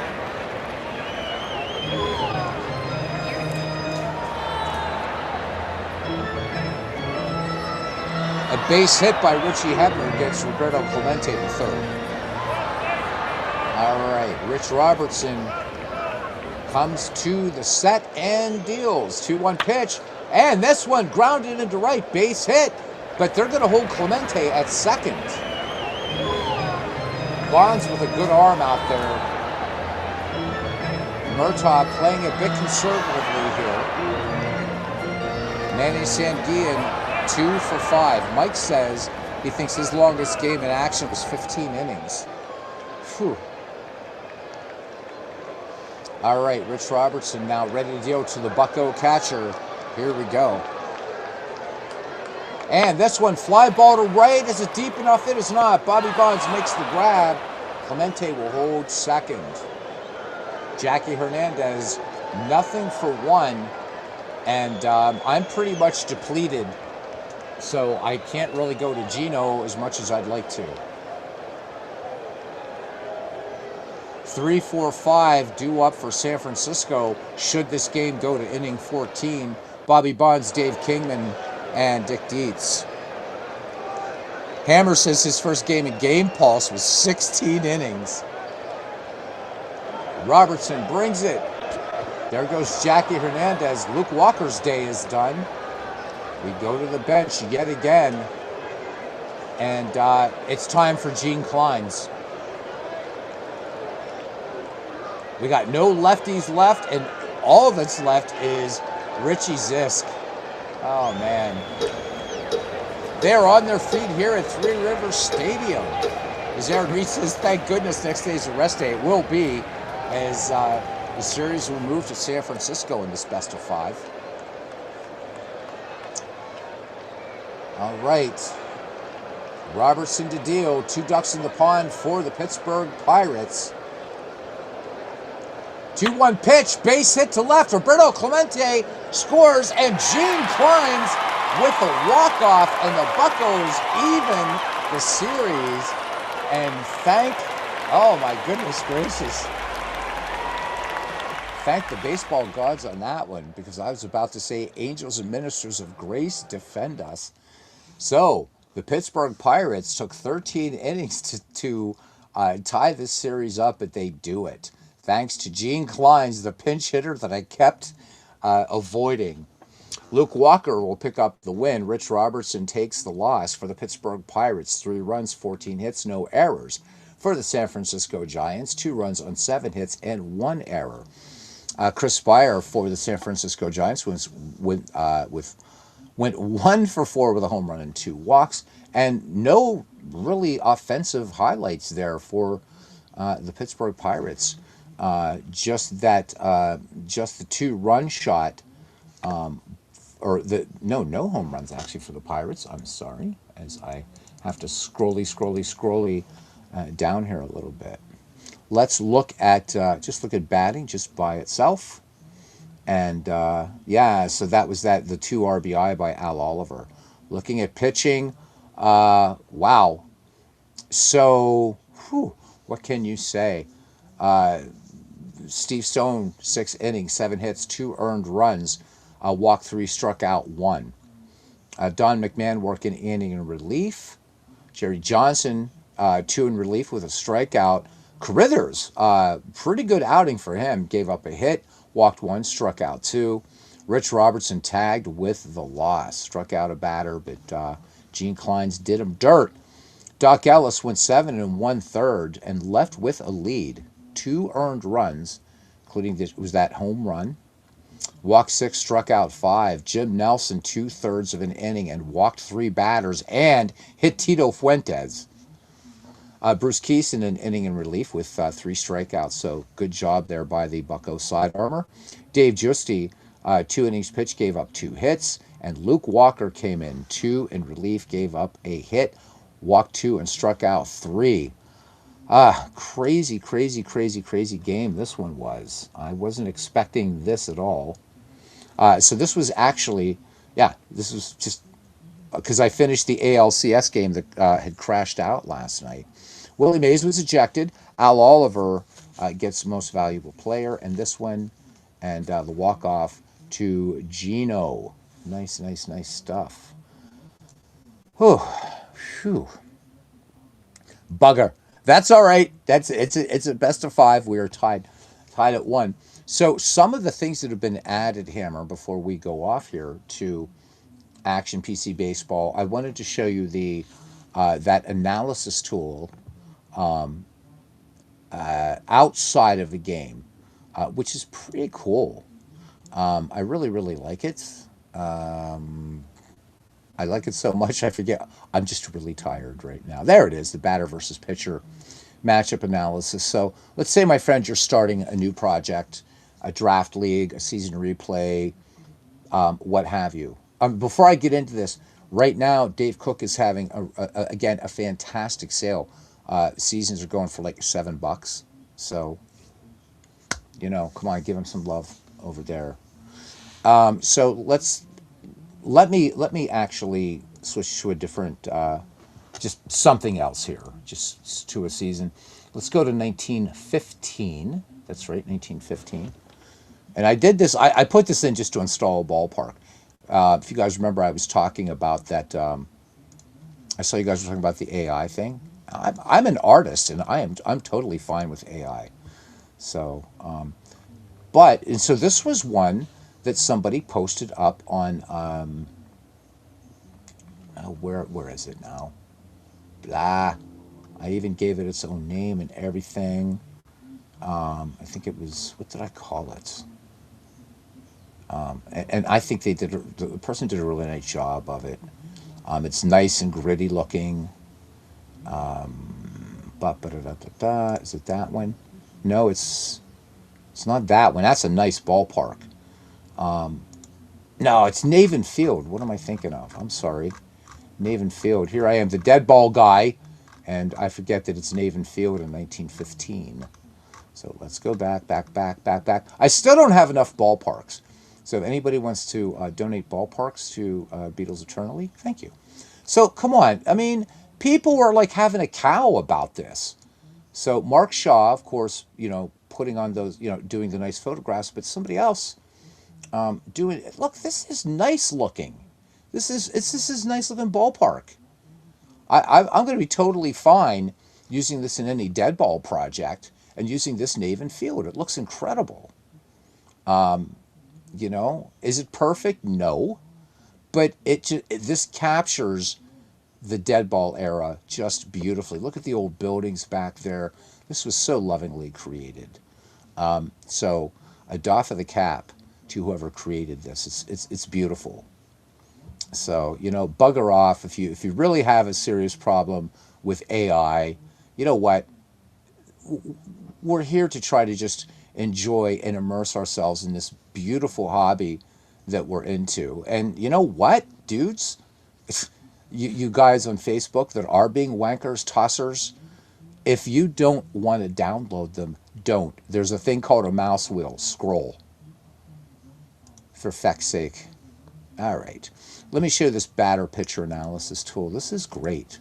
So I got 1915 loaded up here. So let's take the Philadelphia Phillies, who were pretty tough in 1915. Yes, they were. And let's put them, or let's have the Boston Red Sox. So you can see right now here that we have our pitchers down here, our position players up here, batters up here. Same thing. Okay, so let's look at pitching first. So there's Grover Cleveland Alexander.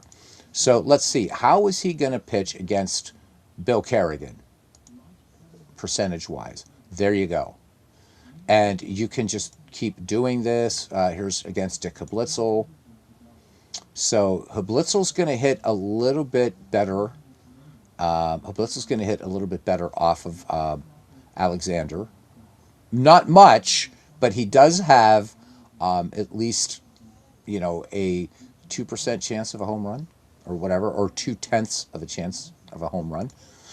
So up here too, we can look at batting. So let's look at batting against Babe Ruth. Yeah, why not? So there's how they would be on, an expectation. Again, because the percentages, it doesn't mean hard numbers. You can also change your display in this to go to averages or to play percentages if you like. Let's see, how are these guys going to do against Alexander? Now we can get to see this over here. This is brilliant. This is a great piece of software. It really, really is. You're welcome. I know the long demo, the extra innings, right? I hate that people cry so much about AI. I know it's like, oh, the world's going to end. The world's going to end. Give me a break. Give me a break. You can also break this down by starters and relievers. Now, for dead ball, that's really, not so much of a thing. So I don't really worry about that. But, once you get into more of the concept of relief pitchers being a thing. Down here, how are they going to do against the dead ball home run king, Gabby Cravath? So Gabby Cravath wants Comstock to be pitching and Cooper to be pitching all the time. He wants Babe Ruth, Ernie Shore, and Smokey Joe Wood, and Herb Pennock, who will eventually go to the Yankees, wants him to go home, as well as Carl Mays. So that's great. The other thing that's since you do play cards and dice as well, Hammer, is the new manual entry mode. And if you'll permit me, I'm not going to play a full game, I promise. We're going to do an exhibition, and let's do Boston at Philadelphia. Why not? Why not? Okay. And we're going to play this, and we're going to turn on manual entry. Okay. Oh, I've got to put this into AI and upscale it. Yep. So doesn't really matter. Let's just do computers. That way we just jump right into the darn game. Yep. There we go. Thank you. Play ball. And I've got to set up this ballpark. If you guys will grant me a moment to do that, I do want to show how this works. This is super cool. You're total stats nerds. So this stuff is so. I think you caught the deep dive stats I did on this thing. I think last week, Hammer. This game gets just ridiculous with stats. So does Out of the Park Baseball, as we all know. Let me set this ballpark up really quickly so I can show you manual entry. All right, reset labels. Yep, please. There we go. So at least gets them close. Let's move everybody over. I am probably going to do something with the 1915, so this needs to be upscaled. I think this is a Mike Silva park, actually. I think. Okay, third baseman, everybody played a little bit deep there. This is dead ball, though. So, boop, boop, boop. Boop, boop, boop, boop. Yes, I know it should be on deck home should be third base side in this time period, but we're not get too crazy about it, yeah?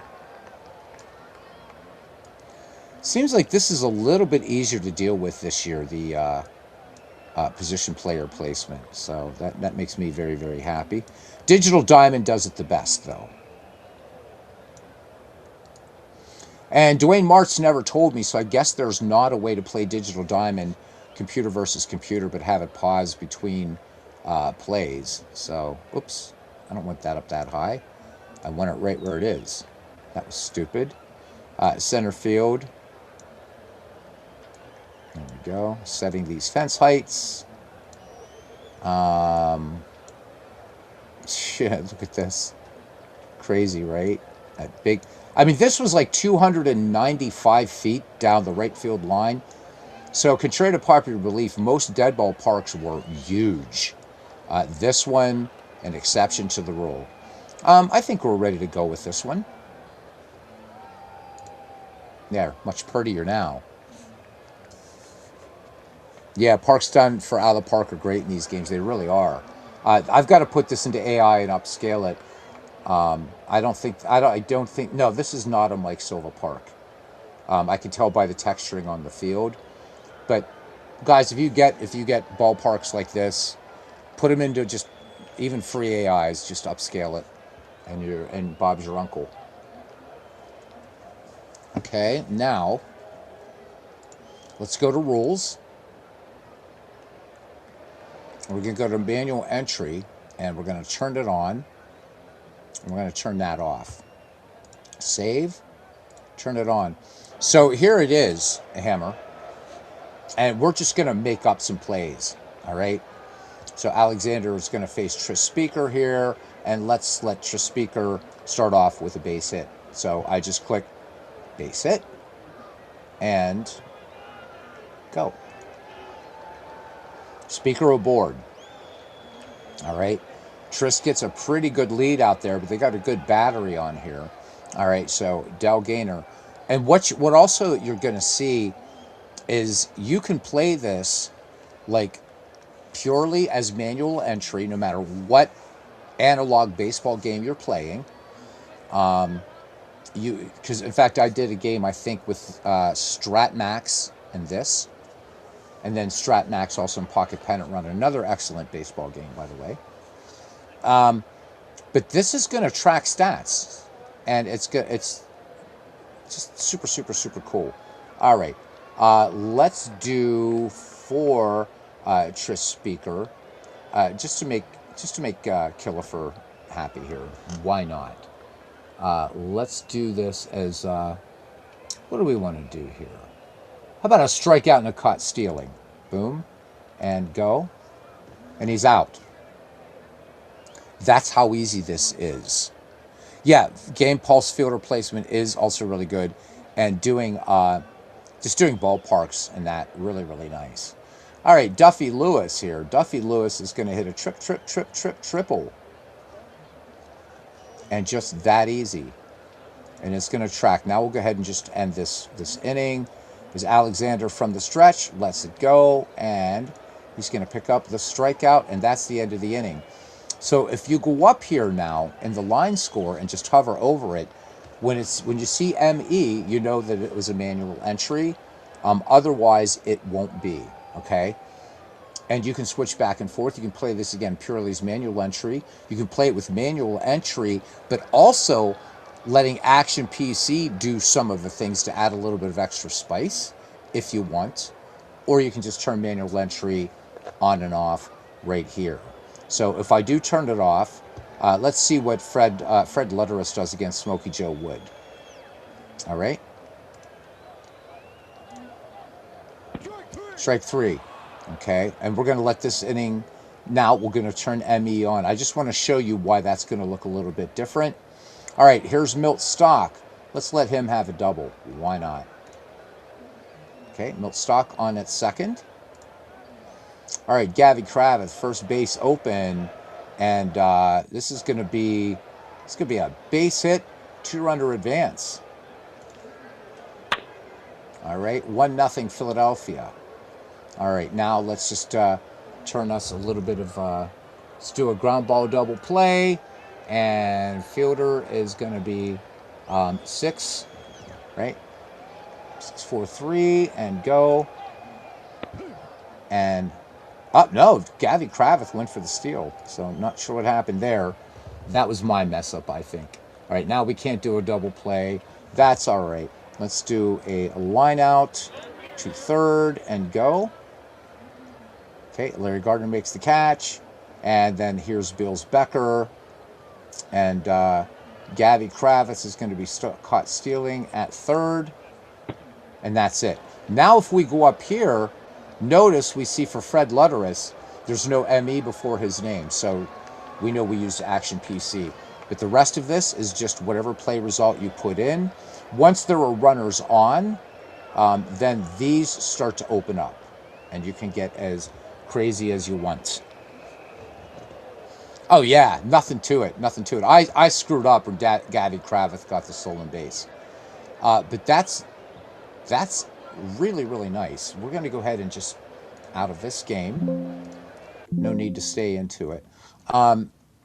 This is a smaller. Oh, by the way, the scoreboard looking nice now too, a lot better. You can see pitchers' estimated or expected estimated pitch counts in 3 different areas in the playing field. I like this as a nice quality of life improvement. Having the coach GM now right there, right there. So working with general managers, right, all your managers, doing all your depth charts, upcoming games. You can execute roster management tools, do all the stuff, and it's right there. You can even start draft from here, looking at rosters from here. So everything in one screen for GMs and field managers. And when you go to legacy, of course, legacy is the other huge, huge. This is bringing it now into out of the park baseball territory.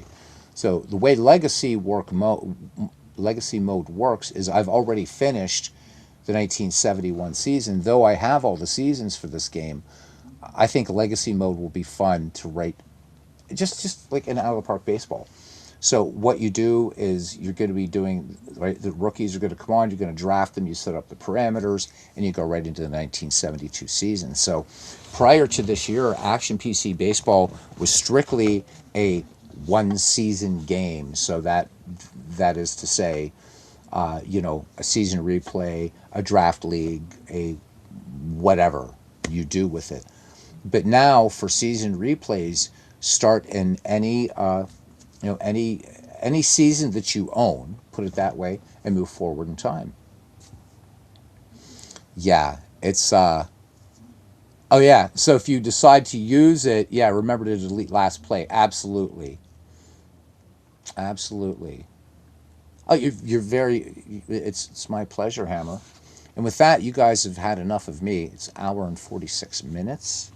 One of the things I'm going to be doing soon, maybe later this evening or something, I don't know. I want to test StratMax for something very, very specific. So, and it's been a while since I've been on there. As you guys know, StratMax has every season from, skip tutorial. I don't need a tutorial. I just need to log in. And there we go. And I give this, by the way, super, super high recommendation. Does Legacy Mode, Mike asks, allow you to draft rookies to the historical franchise? Yes, they do. It's a bit, but yes, it does allow you to do it. Yep. Do I have a spot to show your replays on your Discord? Me? Or do we have one? So we don't have one specifically, but I can have John set something up just for replays. But each game kind of has its own channel, so you can certainly, Rabbit Wolverine, you can put them in there. So I believe there's a channel for Payoff Pitch. I think there's one for Fall Classic, but the Discord's getting larger, and if there's not one there, we can put it in that dedicated game. So we can definitely do that. Looking forward to the next Chinwag. So am I, buddy. Yeah, it is. Action PC is an incredible sandbox. Incredible sandbox. This, though, too, I give this my highest recommendation. I love this game so very, very much. So, but the reason I'm talking about this today is I've been dying to try this. And let's go ahead and just click next. I'm not going to play a game. I'm not going to even pick both teams. But what I want to do is I've never seen anybody do this in Strat. I want to play a game in the 19th century. So I'm thinking Providence Grays, Boston Bean Eaters, or something like that, or maybe 1884 Boston or Providence Grays against the 1895 Cleveland Spiders or the Bean Eaters. They were tough, or the Baltimore Orioles. But I'd love to see how this does with 19th century baseball, just for fun. This is your first time, Carlos. Yeah, this is your first time seeing Baseball Max. Baseball Max is super cool. Everybody, welcome in Legend Sports Universe. Doing hockey, doing baseball. So, Hammer, this one you might say you might say bollocks on this one. This is a subscription based thing. If you do pay for the whole year, it is a lot cheaper, but it's 20 quid a month, but I love it, so it's worth it.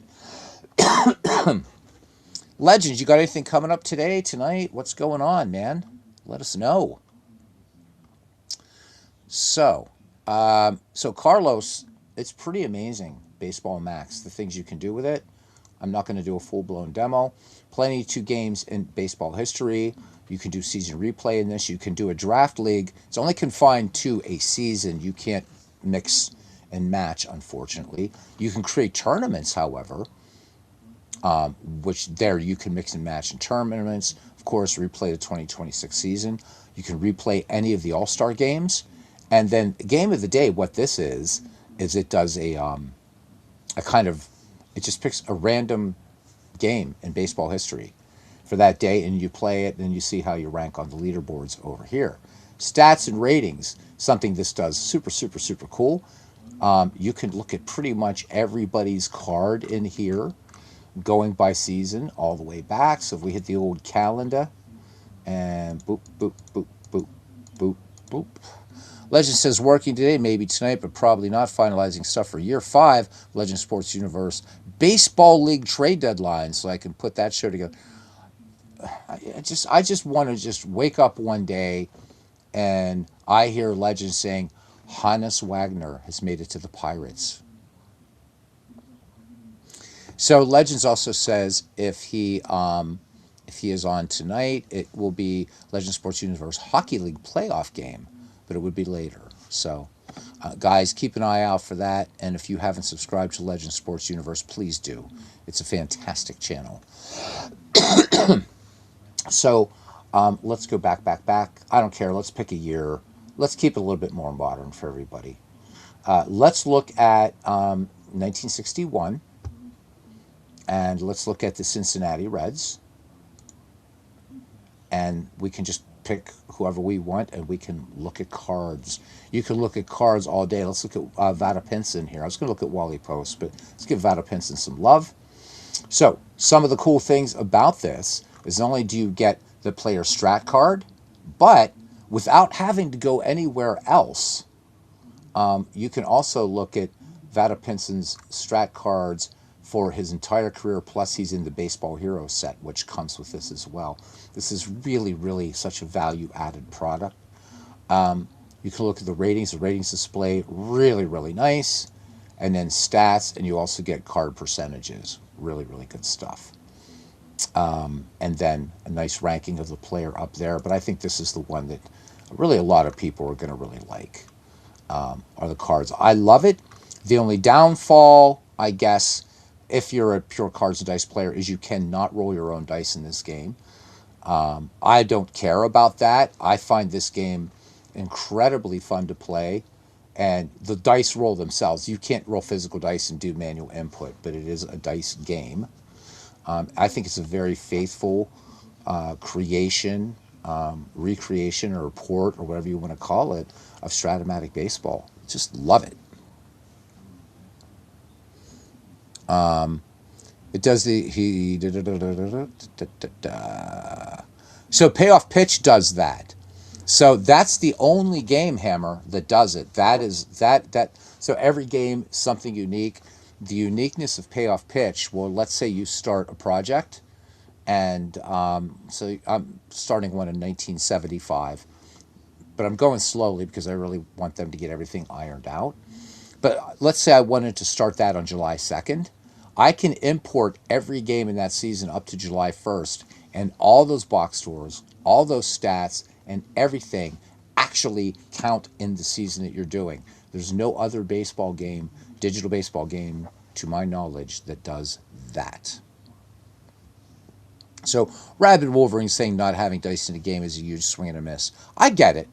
I get it. For you, it is. For me, because I don't have the real estate right now to be doing any cards and dice, I'm having an absolute blast with this. And frankly, is there anybody out there that owns every strat season? You would have had to been in this hobby forever and ever and ever, and just bought everything as it came out. But I know Tim, Clee baseball fan, loves it. Mike, Sports Time Machine likes it, but he doesn't like the fact that you're kind of playing against an AI manager and that you can't roll your own dice. I love that you play against an AI manager, and I don't care. But again, I don't come from cards and dice. Wasn't my sort of beginning. The other thing you could do is go to a lobby, and you can create a league. You can also look at other, like right now there are 337 active users on here. You can play this head to head, which is really really cool. So there's really really a lot that you can do with Strat Max. Love to sit down and play a few games with you sometime, maybe even Action PC head to head. I'm wanting to try. Steve Tate and I used to play him all the time. Anytime you want to play, well, you don't have this, so if you want to play some Action PC, I would love it. I would love it. It's so much fun, man. Just absolutely love it.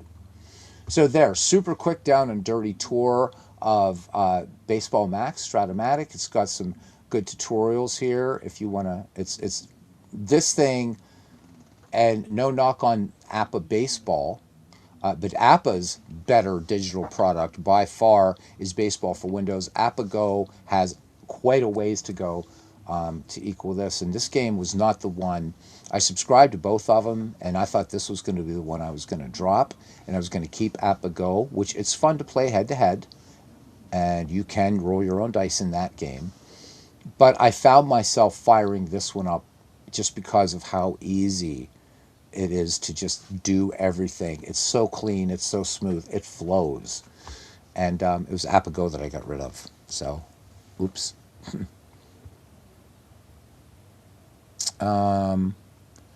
Anyhow, love that feature. You can import various points of the season when playing your own games. Absolutely. Yeah. So, Mike says, I love Strat Max. He says, I just wish we could add logos, ballparks, and picks. Would add to the immersion a bit. Yeah. So I'm not sure. Mike, do you have Baseball for Windows? Do you have it? Because I'll hook you up with some stuff, man. Some stuff I did. Be cool to do the remainder of the strike seasons like that. Yeah, payoff pitch, that's really, really something very, very special that they've done.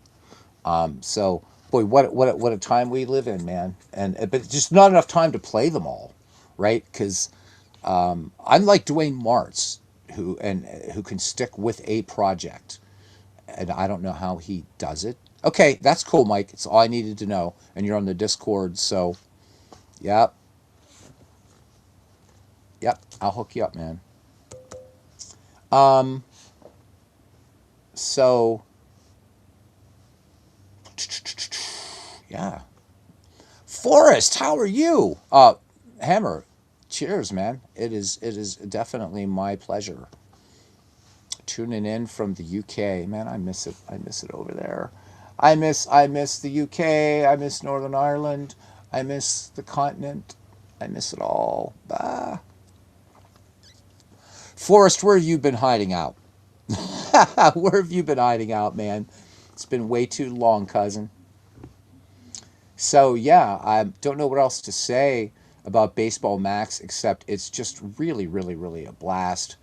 Again, we talk about projects right now. So I've got the 1929 Philadelphia A's and 1991 Pittsburgh Pirates, and yeah, I really got to pick up on these. But I want to get 1971 out of the way in Action PC first, and then that way maybe I have this in 1968 going and out of the park. I don't know. Too many damn projects.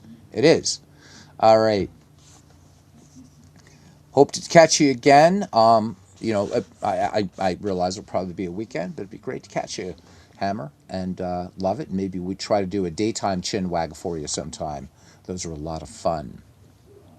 And great, what a great family here. Rabid saying to Hammer, if you need any help on Action PC, hit me up in Discord. He's played a ton of it. Yeah. Everybody here to help everybody. Uh, Sometimes things can get. I'm glad you're able to catch it live too. You just missed a marathon game, game two of the NLCS in 1971, and the Pirates squeaked by the Giants 3-2. Oof. Oh, you're welcome, Rabbit Wolverine. Thank you guys You guys are the ones that make it awesome. It's not I. It's you guys. So I don't take Paul. Paul, I'm gonna do. Oh, Forrest is doing Little League. I didn't know they had Little League in Blighty. I didn't. I had no idea. That's great. Mm. The other thing, Hammer, you're on our Discord. You know that I don't know if you know this, but we have 3 free baseball games for you to download. So there's an updated demo of strategy baseball. There's old time baseball and pure sim baseball. So all 3 of those games are available to download in our Discord. Just go to other games, look around, get them, have fun on the house, on the house, on the house.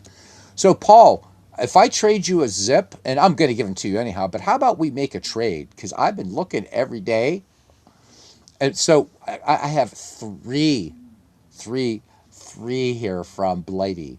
So Paul, MV, and Hammer, which means I got to do a cricket game at some point now.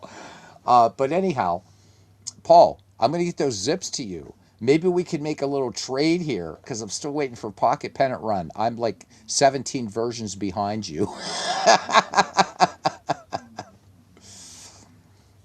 So, yeah, who doesn't love a freebie? And strategy baseball is a good game. Crash hasn't been around for a while. Nope, you didn't. Yeah, I don't know if you, well, I don't know. Would you send it through Facebook or did you send it on the Discord? Whoops. Oh no, it's Forrest. I'm sorry. I was looking at. Oh my God, I was thought Hammer was saying that. No, we're God. Okay, I love it. I love it. So Hammer says he's going to be on the Discord, so now you'll be hearing plenty from me. I hope so. I hope so. As long as you don't use ghost runners, I'm happy. Well, I know you're not addressing me in that. You're never going to see that here. So fun stuff. I always like to check what their game of the day is. What is? Oh, so no, I don't want. I don't want to go to that. Oh, do I? What is the game? What is the game of the day? Is it already started? Oh, it's right now. Game of the day, is it? Okay. Is this one? Let's see what's going on. What's going on here? I just like to see what the game of the day is, and it's just going to be a little bit of a. It's thinking, thinking, thinking. It's doing something, and we're going to go back and just say bugger it all. So there you go. Yeah, get them, Hammer. They're all 3 excellent games and way more baseball than you have time for because all 3 of those games come with like over 120 seasons. No, because I'm not happy with PPR Ghost Runner system. Oh, well, so just give me a version that doesn't have it, please. Do I have Nord? Well, one time I had the consumption, but no, I don't have Nord. So you're talking, oh, it's a VPN? No, I don't. I use Brave browser, but no, I don't have it. So why do you even want to play with Ghost Runners? What is the deal, Paul? Tell Craig that everybody hates the Ghost Runner. Don't put that in the game. No, I don't. I use didn't I get something from you on there before? I don't know. I use Google Cloud, and but I mean, I'll make an account on it if that's what I got to do to get me some PPR, buddy. Then I will. But I'll zip up your stadiums and you'll have them. You should have them this evening. I'm going to give you every ballpark I have for baseball for Windows. Okay. I- I'll say it straight out. Feck the Ghost Runner. There, I said it as an Irishman. Feck the Ghost Runner. It's got to go away. It's got to go away. Mike. Obviously not a fan of the Ghost Runner. Okay, so the people that are see, I'm watching now. So people that are not fans of the Ghost Runner or that are fans of the Ghost Runner, they're leaving. They're going out through the turnstile. Okay, Oh, then okay. So, would you be so kind, Paul? Just send me a link to that Nord thingy on the Facebook or thingy, or in a DM in Discord, because I would love it, man. What version of PPR is most up to date? It's the one I have that's out, Forrest, and that is as it comes up on the other side of the screen somewhere, hopefully in all its glory. I think it's version. Yeah, it's version 17. It just doesn't. There it is. Yep, it's version 17. Betty 4.05 17. For or Hammer, before you go, do you know about this game, Pocket Pennant Run? Well, this software. Ghost Rider's like the most unbaseball thing in history. It is. So yes, the version 17, the release version. Paul's on like version Tree 3. And if you guys, yeah, right, version 25. Exactly. And I catch Paul's broadcasts and I growl at him a lot because of that, because I love this game, but it's more than a game. It's software. It's this huge, fin- crazy thing.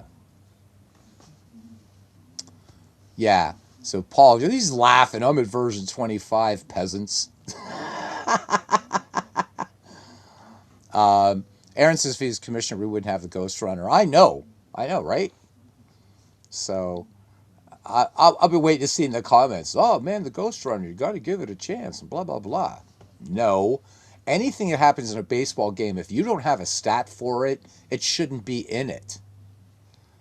No, no damn D. Hate the DH. I mean, I have to use it for you know modern stuff, but can't stand it. Although you guys know that the designated hitter was first proposed in 1902 by the National League, believe it or not, and it was voted down. Maybe we'll get ghost fielders, batters, and pitchers. Never. I don't know, man. I don't want to. Let's not encourage such behavior because or yeah, ghost fielders, batters, and pitchers next. Yep. Yeah, free stuff for APA. Uh, ooh. Um, Thing is, I don't have the charts and anything anymore for APA. I don't. Oh, I thank you though. That's really kind of you. But I don't have the stuff anymore, man. Oh, woe is me. I left it back in Holland, like in Egypt, along with my Status Pro baseball. It's sitting in Rotterdam. Uh, okay, so you do good. You have Pocket Pennant Run. Awesome, good stuff. It's great software. Great stuff. Yes, I do know that. I do know that, Paul.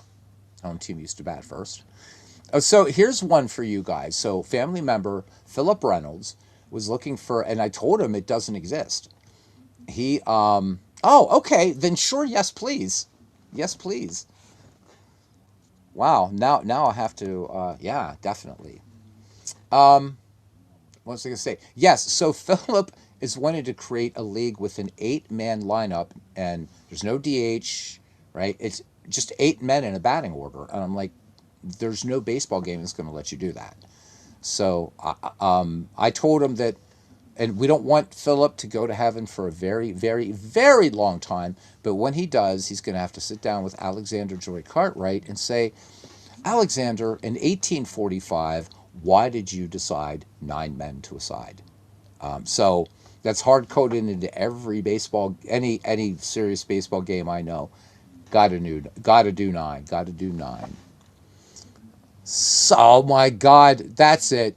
That's it. He's not a Luddite, a neo Luddite. He loves Ghost Runners. Oh my goodness gracious. Ugh. Oh man. Oh no, wait a minute. Okay, hold on. Hold on. We're not going anywhere yet. So Paul, Paul, he loves the Ghost Runners, the clock violation, ABS. ABS, I'm okay on it, I guess. I hate Ghost Runners, but now he's saying that the designated hitter is uh, spawn of the devil. So how how are Ghost Runners? deserving of any sort of love, whether agape, right, or caritas, whichever, okay, or amor, as the wife of Bath would say in the Canterbury Tales, a more earthly love. How it should be eschewed, pitied then eschewed. Yep, it should be excommunicated, as they say in the Orthodox Church, anathema. So yeah, we're gonna have to split into two parties: pro ghost runners and anti ghost runners. So Paul, it's gonna be Paul versus the community. No, but he's saying that the pitcher. No, it's not a 9-man lineup. He wants an 8-man lineup, right? If we're now talking back on talking about what Philip wants to do, and it's like I don't know of any baseball game, digital baseball game, cards and dice game. Yeah, you can have like one hitter and just have one pitcher and whatever, I suppose. But in a digital game, they're all coded. They're wired for 9-man in a batting order. So Forrest doesn't like ghost runners. He loves modern baseball. Okay, so that's right. So it's going to be the ghost runner thing. So Paul, it's everybody against you, and if we were on the Sandlot, you'd be the last guy to get picked. Right, you can't have an 8-man lineup in baseball. You can't, right? Modern baseball is boring, says Rabid Wolverine. Strikeout, home run, strikeout, home run, strikeout, home run, ellipses ad nauseum ad infinitum. Yeah. I think Paul thinks we should have 9 designated hitters. Yes, you can stay, Forrest. I'm debating about whether I should take Paul's shield away from him and let you guys beat him up for a little while. No, Paul, what you love isn't baseball. I don't know what it is. What's wrong with you, man? I can't. I did. You loved. Oh, see now he's trying to get on my good side because he knows dead ball is my thing. It's my jam, right? They didn't have ghost runners in dead ball, but everybody who played in dead ball are ghosts now, of course. Um, but I'm gonna get the ghost of Bad Bill Dolan is gonna put a bat up your jammies some night. You wait, right? So you guys know where that came from, right? From Faulty Towers. So you're the only real baseball fan here. So to the other British gentleman here, do you understand the dealing with a Scouser? Even though he's in Cyprus, he likes to think of himself as a Cypriot. He is a Scouser through and through. And even though my favorite band are 4 Scousers, when this guy comes in here, it's like, why can't you be from Yorkshire? Why can't you be from Cumbria? If you were from Cumbria, I wouldn't be able to understand you, which would be just as well. Your wife calls all your leagues zombie leagues. Love to Mrs. Paul, by the way. Miss her. We have auto empires. Why not auto players? Well, yeah. I mean, might as well. I mean, if we're gonna go Paul's route, that's what's gonna happen. So the designated hitter is Spawn of the Devil, but Ghost Runners, what we did were kids, right? So first base was the Ford, second base was the sewer lid, third base was the oak tree, and home plate was the hubcap that we found lying around. And you hit the ball, and Ghost Runner on second. Give me a break. Um, Mike says, he said, saw that Pirates box score from Saturday. That was a beatdown, buddy. Thought they may have been using some ghost runners with all those runs they scored. Yeah, Cincinnati, man, walked 7 hitters. It was incredible, right? They bring in a reliever, and he walks 3 after the starter walked 4. That was just nuts. And then the night before was Friday was a beatdown. Was a beatdown, crazy. Okay, Paul holding fourth. He says that ABS has made catcher the most important player again. Yep, good old-fashioned street ball. Aaron, you're right. Paul says, also watching the stats about umpires becoming more accurate as the game progresses, they're learning from ABS. Okay, so Paul, and I would say this, and I say this quite seriously. So something that, and let's go ahead and let Pocket Pennant run. Go away there, and we'll watch. We can watch these people play these games. Isn't that exciting? We can actually watch it. So let's see what these dudes are doing. Okay, they got well. Yeah, they've got their decisions. So here's the thing. Yeah, you're made. Yeah, we beat you guys. So we took the series. Don't know what's going to happen here today. Paul, here's the thing about umpires. They do need to learn. I do get that. Okay. If this guy's going to make any decisions here, I'm not going to watch his game. Let's see what's going on with these guys here. Anybody? There we go. So you guys can watch two people playing Baseball Max right now. Although, can I turn? Oh, I can't. I don't want the pitch view. Though I play it with the cards up, not this. Anyhow, so if a baseball player is doing badly, like really badly, he gets sent down. Reds Pirates scoreless, top of the eighth. All right, thanks, Aaron. But when umpires do badly, Angel Hernandez doesn't get sent down, right? Umpires, I think, should get sent down. All right, listen, man. You know, and let's be honest here. It is, I worked with a guy who was a professional umpire, never made it to the show, and he was explaining to me how hard it is, and of course, there are limited openings. But once you're there, it's kind of like being a college professor. You've got tenure. Nobody gets sent down. So what I would like to see happen is if they would use the ABS system, but again, the umpires union would never go for this, as a mechanism whereby they can set metrics. And if you're starting to see an Angel Hernandez, for instance, it's like, okay, you've got to get down to AAA. I think that umpire, I think that should happen. And as much as I'm a traditionalist, I think umpires have been held kind of too long unaccountable. So umpires aren't like the ABS because it holds them accountable for bad ball and strike calls. Well, yeah, you know, I didn't like ABS when it was first proposed, but I thought the teams would be able to abuse it. But because of the limited appeals, I think it's a great. I think it's now I dislike it. I used to hate it. Now I just dislike it. But I do think that umpires should be. Yeah, you got to send them down, man. Right. So, I like it. Minor leagues, if you suck, or press box, if you're Angel Hernandez. You know, the thing about Angel Hernandez is he apparently, when he started, he was actually a really good umpire. Watched a documentary on him, and apparently he was like really good. And then he just sucked. Stop skipping over frog chorus. Ugh, really?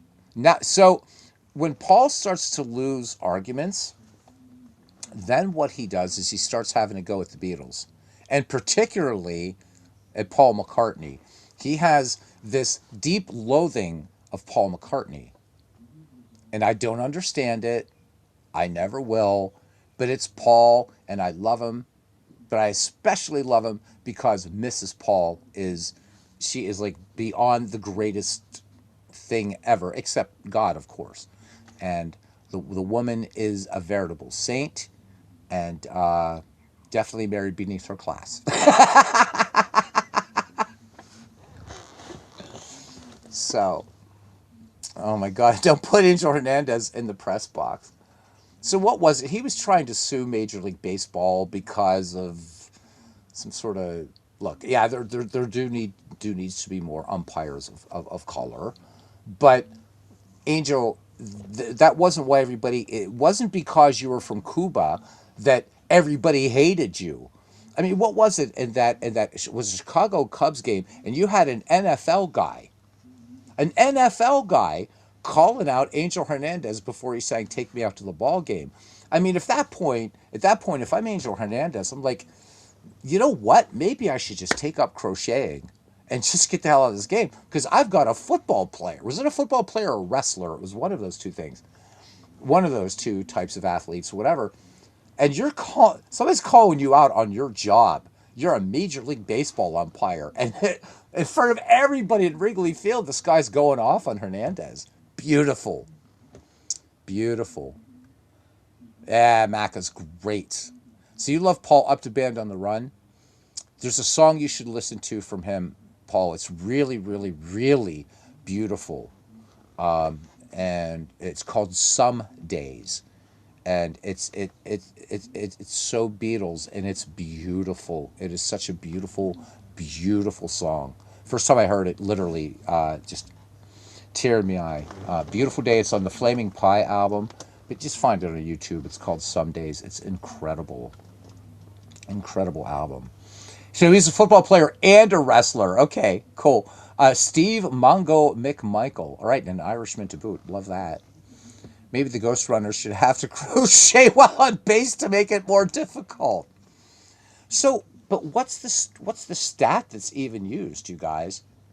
Right? So you got a Ghost Runner on second, right? It's 10th inning, tie game. How did he get on base? Have you? Yeah, I actually like the song that when every ladder leads to heaven. Yeah, what is it? Something that changes. I like that song. And he did that, right? And ended up like at the top of the techno charts. Nobody knew it was Paul McCartney. And all of a sudden, boom. I like the fact that McCartney experiments. And he, contrary to popular belief, he was actually the most experimental of the Beatles, not John Lennon. John Lennon adopted all these things, but it was McCartney that was hanging out in all the clubs at the time because John, George, and Ringo were all married. McCartney was the only bachelor until 69, man. Oh, I liked how I put that together. Flaming Pie is terrific. Yeah, that and Driving Rain. Yeah, Driving Rain, that's a rocker of an album. But listen to Some Days. Some Days is so just such. I gotta put it on here. This song. So McCartney said to George Martin on this song, he said, "I really want this to be Beatles circa 1966," and it is. And it's so heartfelt, and it's incredible. It's incredible. So I don't know what we got going on here. We got Houston and Boston right now, and nothing tied. This is the game of the day. We're watching somebody play. Should have to remember that. What now? You're going off about Warlocks, Paul. I don't get you. I don't, but I love you. Max looks good, but seems pretty slow. No, this is just them here. Boom. Real quick, one inning. One inning. Yeah. Oh, that's pure spirit, oh, no judge of a pint of pesh. What movie's that from, guys? Let's see how good you are. All right. I know many a Scotsman that'd be wanting of this on a cold morning. That's almost pure pure spirit, or I'm no judge of a pint of pesh. What movie's that from? All right, let's pick. Let's go with since Paul's here and we have to do this. Let's make the Chicago Cubs here. These Cubbies. Oops, I almost picked the Chicago White Sox. All right, there we go. So, yeah. Yes, I have seen the Yesterday movie. I love it. I really love it. And the actor that made the cameo as, well, one of the Beatles, no spoilers for anybody, he said out of respect, he didn't take any screen credit for that. So let's put these Cubbies against the 86 Mets. Okay. No, wait a minute. For the Giants, right? 2003, don't we want is it 2003 Giants that we want? That's what we want. Let's do that. And I'll show you. Actually, this plays very, very... okay. And San Francisco, which I do like the Giants, by the way. I do like the Giants. You can set your lineups, your pitchers, but I just want to show you the game. And at least the way I set it up, too. It's not slow once it gets past this stuffies. All right, there's your lineups. And there's your lineups. And everything match up. And let's play. Okay, no, I don't use this field view because it's stupid. So the way I do this is I turn off fast mode and turn on the dice, so that way I've got the player cards. Let's make the screen a little bit larger right there. Okay, so we got Javier Baez at the plate, and I just hit swing away. Dice are going to roll. You can make the dice roll instantly if you want. I don't like that, and he's going to strike out. So he's out of there. All right. Here's Junior Lake, and here's the pitch from Sidney Ponson. And this one is going to be, let's see, what do we got here? What do we got? We got us a base hit. A base hit by Junior Lake. So hard line drive to center for him. Here comes Anthony Rizzo. All right. We look up here, nice quality of life. We can look at pretty decent speed up there. Got a run rating of 7 and stealing of 6. But we're just going to go ahead and play it. Play it, play it, play it. All right, here we go. Rizzo looking good in that 2 column, and he's going to have a safety just right here. Yep, D20, and the runner on first can try to score. Okay, so lead runner has a 70% chance. We're going to hold.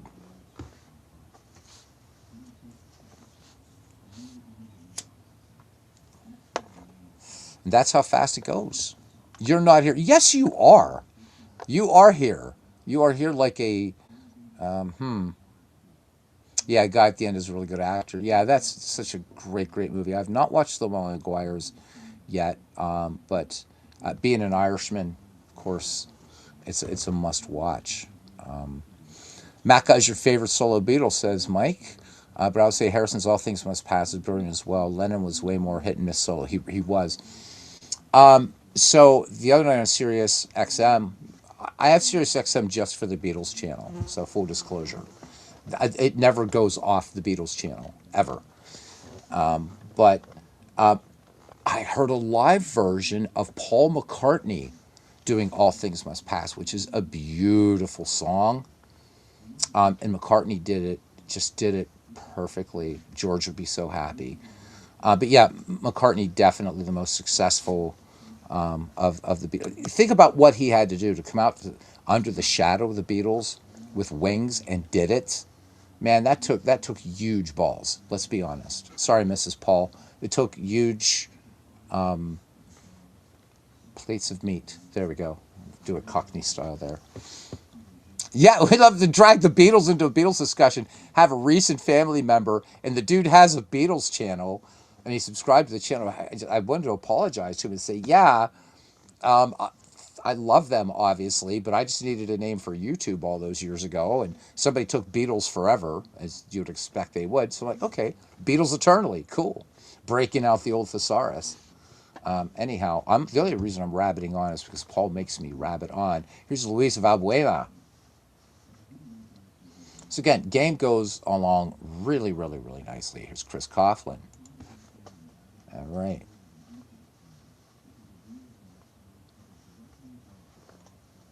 And there's a base hit, and we're gonna send the lead runner.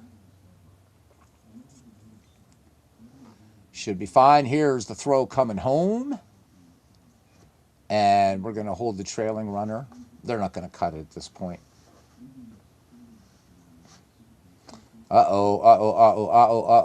And yeah, baby, he's safe. There we go. All right, the Cubs out to a 1-0 lead. Anthony Rizzo comes in to score. That's great. That's it. That's it. That's it. Like both the Beatles and Queen. Great bands. Great bands. So, in fact, Brian May was talking in a number of interviews how much they influenced him. You got to remember, this band that wrote "I Want to Hold Your Hand" in 1964, right? Just a mere 2 years later, right? Eleanor Rigby and "Tomorrow Never Knows." Then the next year they write "A Day in the Life" and "She's Leaving Home," and I think people forget how just the Beatles did not have a long career, but what they did musically, nobody has come close. And I'm saying this I love Pink Floyd, I love Led Zeppelin, I love Black Sabbath, and that's just in rock, but nobody's done what they've done. To me grave, I'll tell you that.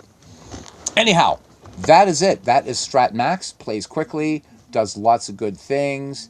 You can go back here. You can review, see all the plays. Keeps up for you. The field thing is really there's your field thing is kind of bollocks. I don't do anything with it. I've never tried sound in this thing. You can undo the last play in this if you've mucked up. But bring back the dice. Bring back the dice, baby. The Beatles invented it, Aaron. They actually invented it. So, yeah, what they did in 5 years was crazy. So they understand. Yeah, every season back to 1871, Hammer. Every season and every card. Now, strat purists are going to tell you that not all of the seasons are set up for super advanced.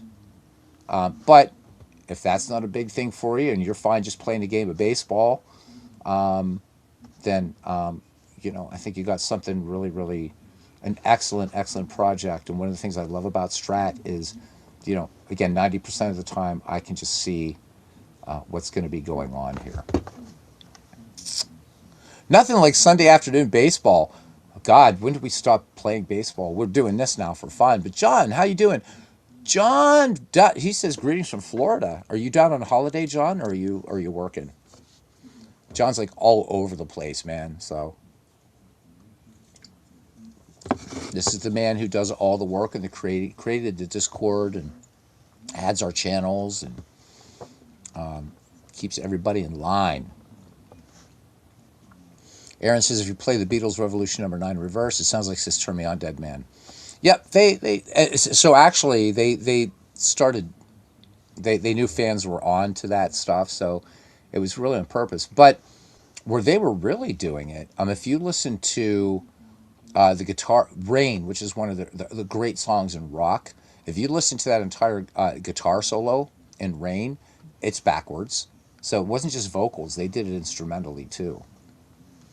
So you're both on holiday and work here starting tomorrow, not home till Thursday. Be safe, have fun.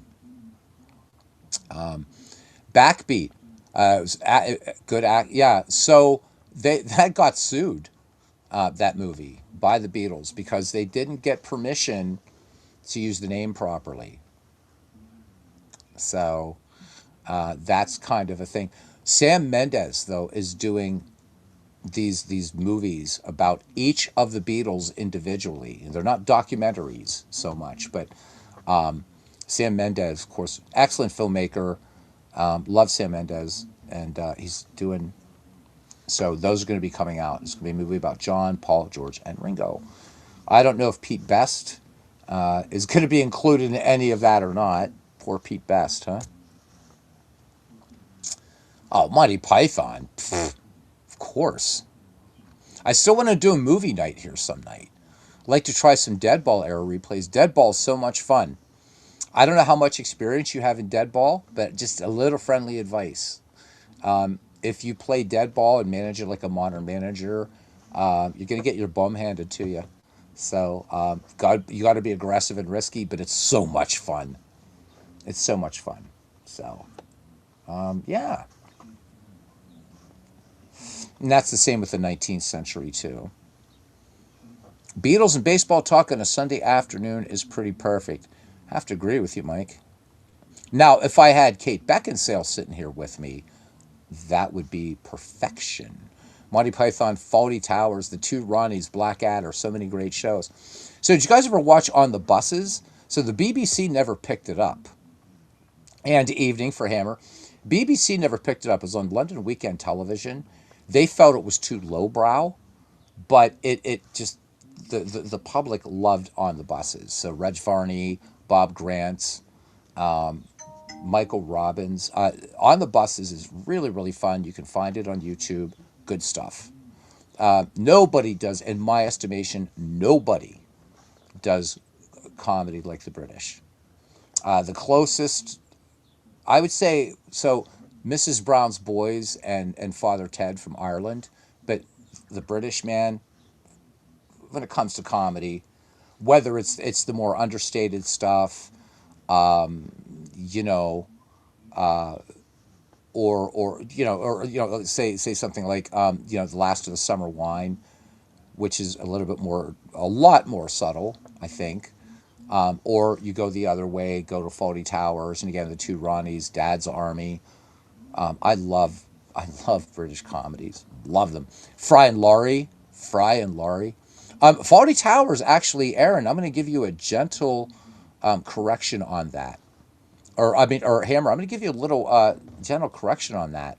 That was actually named, I think, by BAFTA as like the Holy Grail, Fawlty Towers, of a British comedy.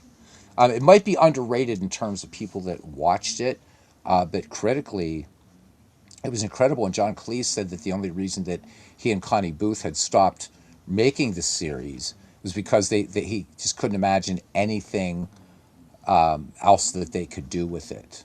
He pretty much covered everything, and you would know this, Hammer, that it's based on his experiences at Glen Eagles in Torquay.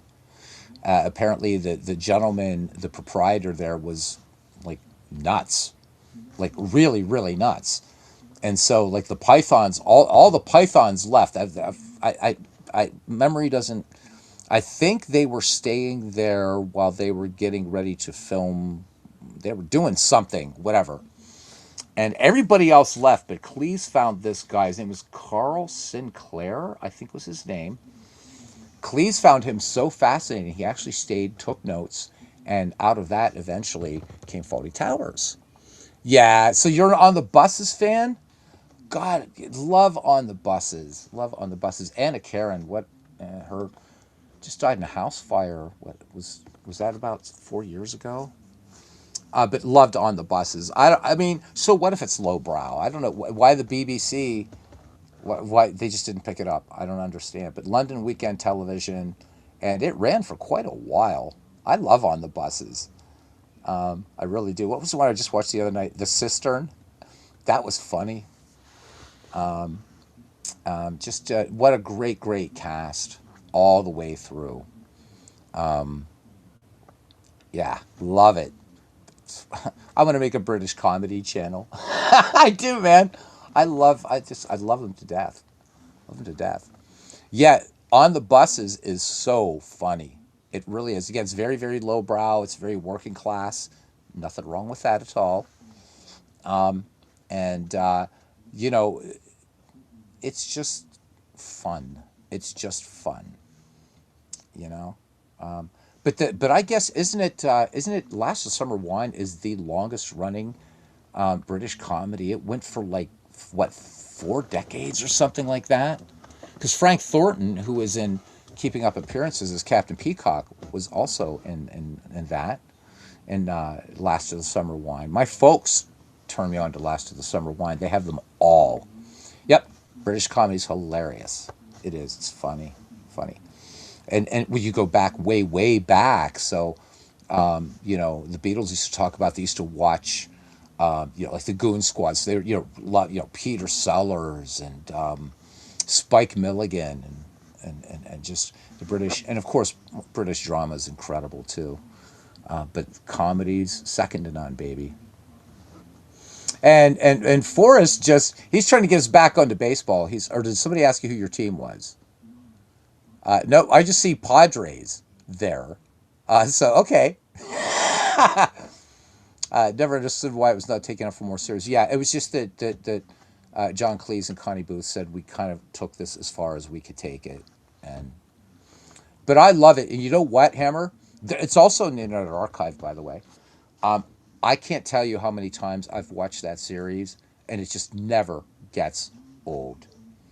It's still as funny as the first time I ever saw Fawlty Towers. I mean, I think there were some. I mean, certainly, you're not gonna, you know, you're not gonna get a home run every time. I was trying to find a cricket analogy to a home run, but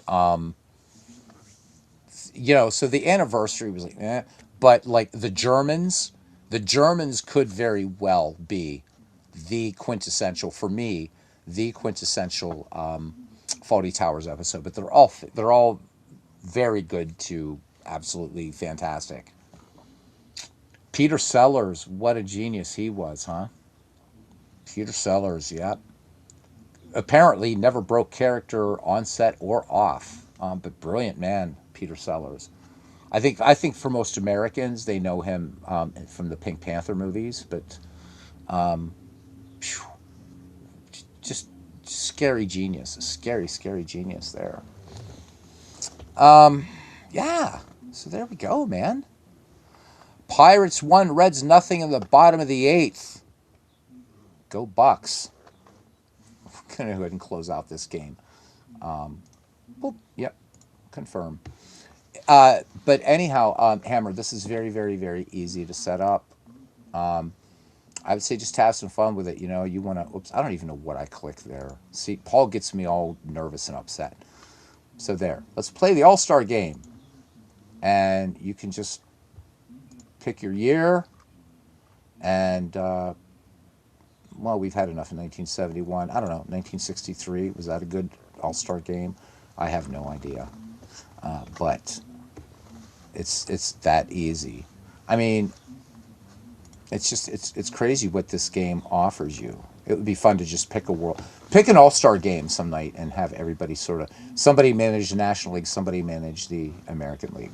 So a 6. Thank you, Hammer. Thank you, thank you. Oh yeah, so you guys have to play the Cubs next.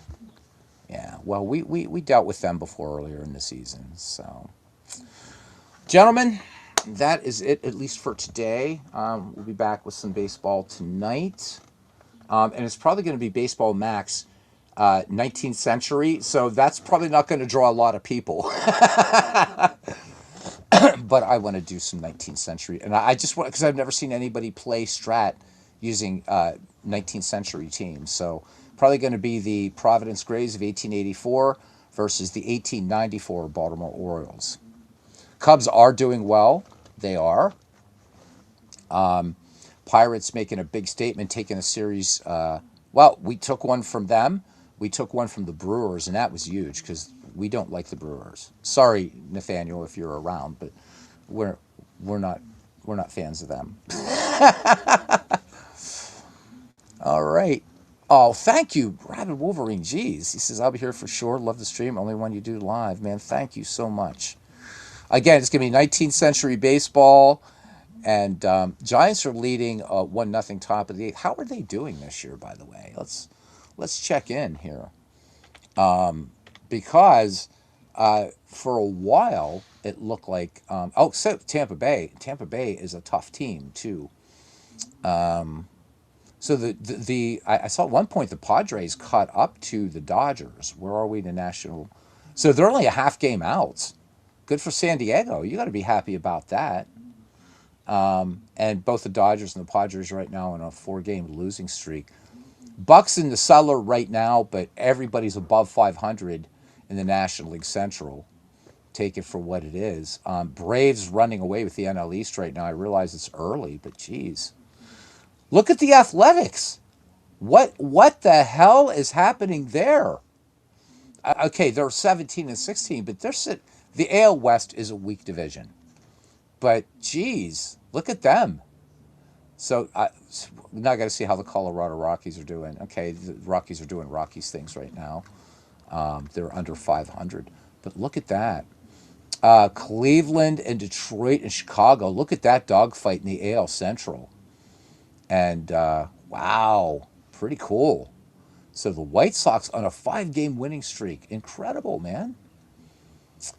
There's the Evil Empire, but they're only a half game up, or 1.5 up on the Rays. But we want your Giants to beat the Rays today because I'm a National Leaguer anyhow. So this is gonna have we're gonna have a banger of a baseball season and enjoy it, gents, because the CBA collective bargaining ends this year. All right, it's a treat. Yeah, Mike, going to be on its way a little bit later because I got to get some stuff over to Paul as well. So get you some ballparks and all kinds of other stuff. Until the next time, everybody, we will see you around the batting cage, family. Love to everybody, and especially to Mrs. Paul Fay. All right. Take care, everyone. Gave up leads in the last 2 games. Well, That's all right. Got to fight tough. Got to fight tough. You know, it's early going right now. It's early going right now. I will say this going out, and Robert's going to hate me, but I am, and Legends, they're going to say, I'm so glad the Mets suck this year. With that, I better get out of here. Take care, everybody. See you around the batting cage. Bye bye.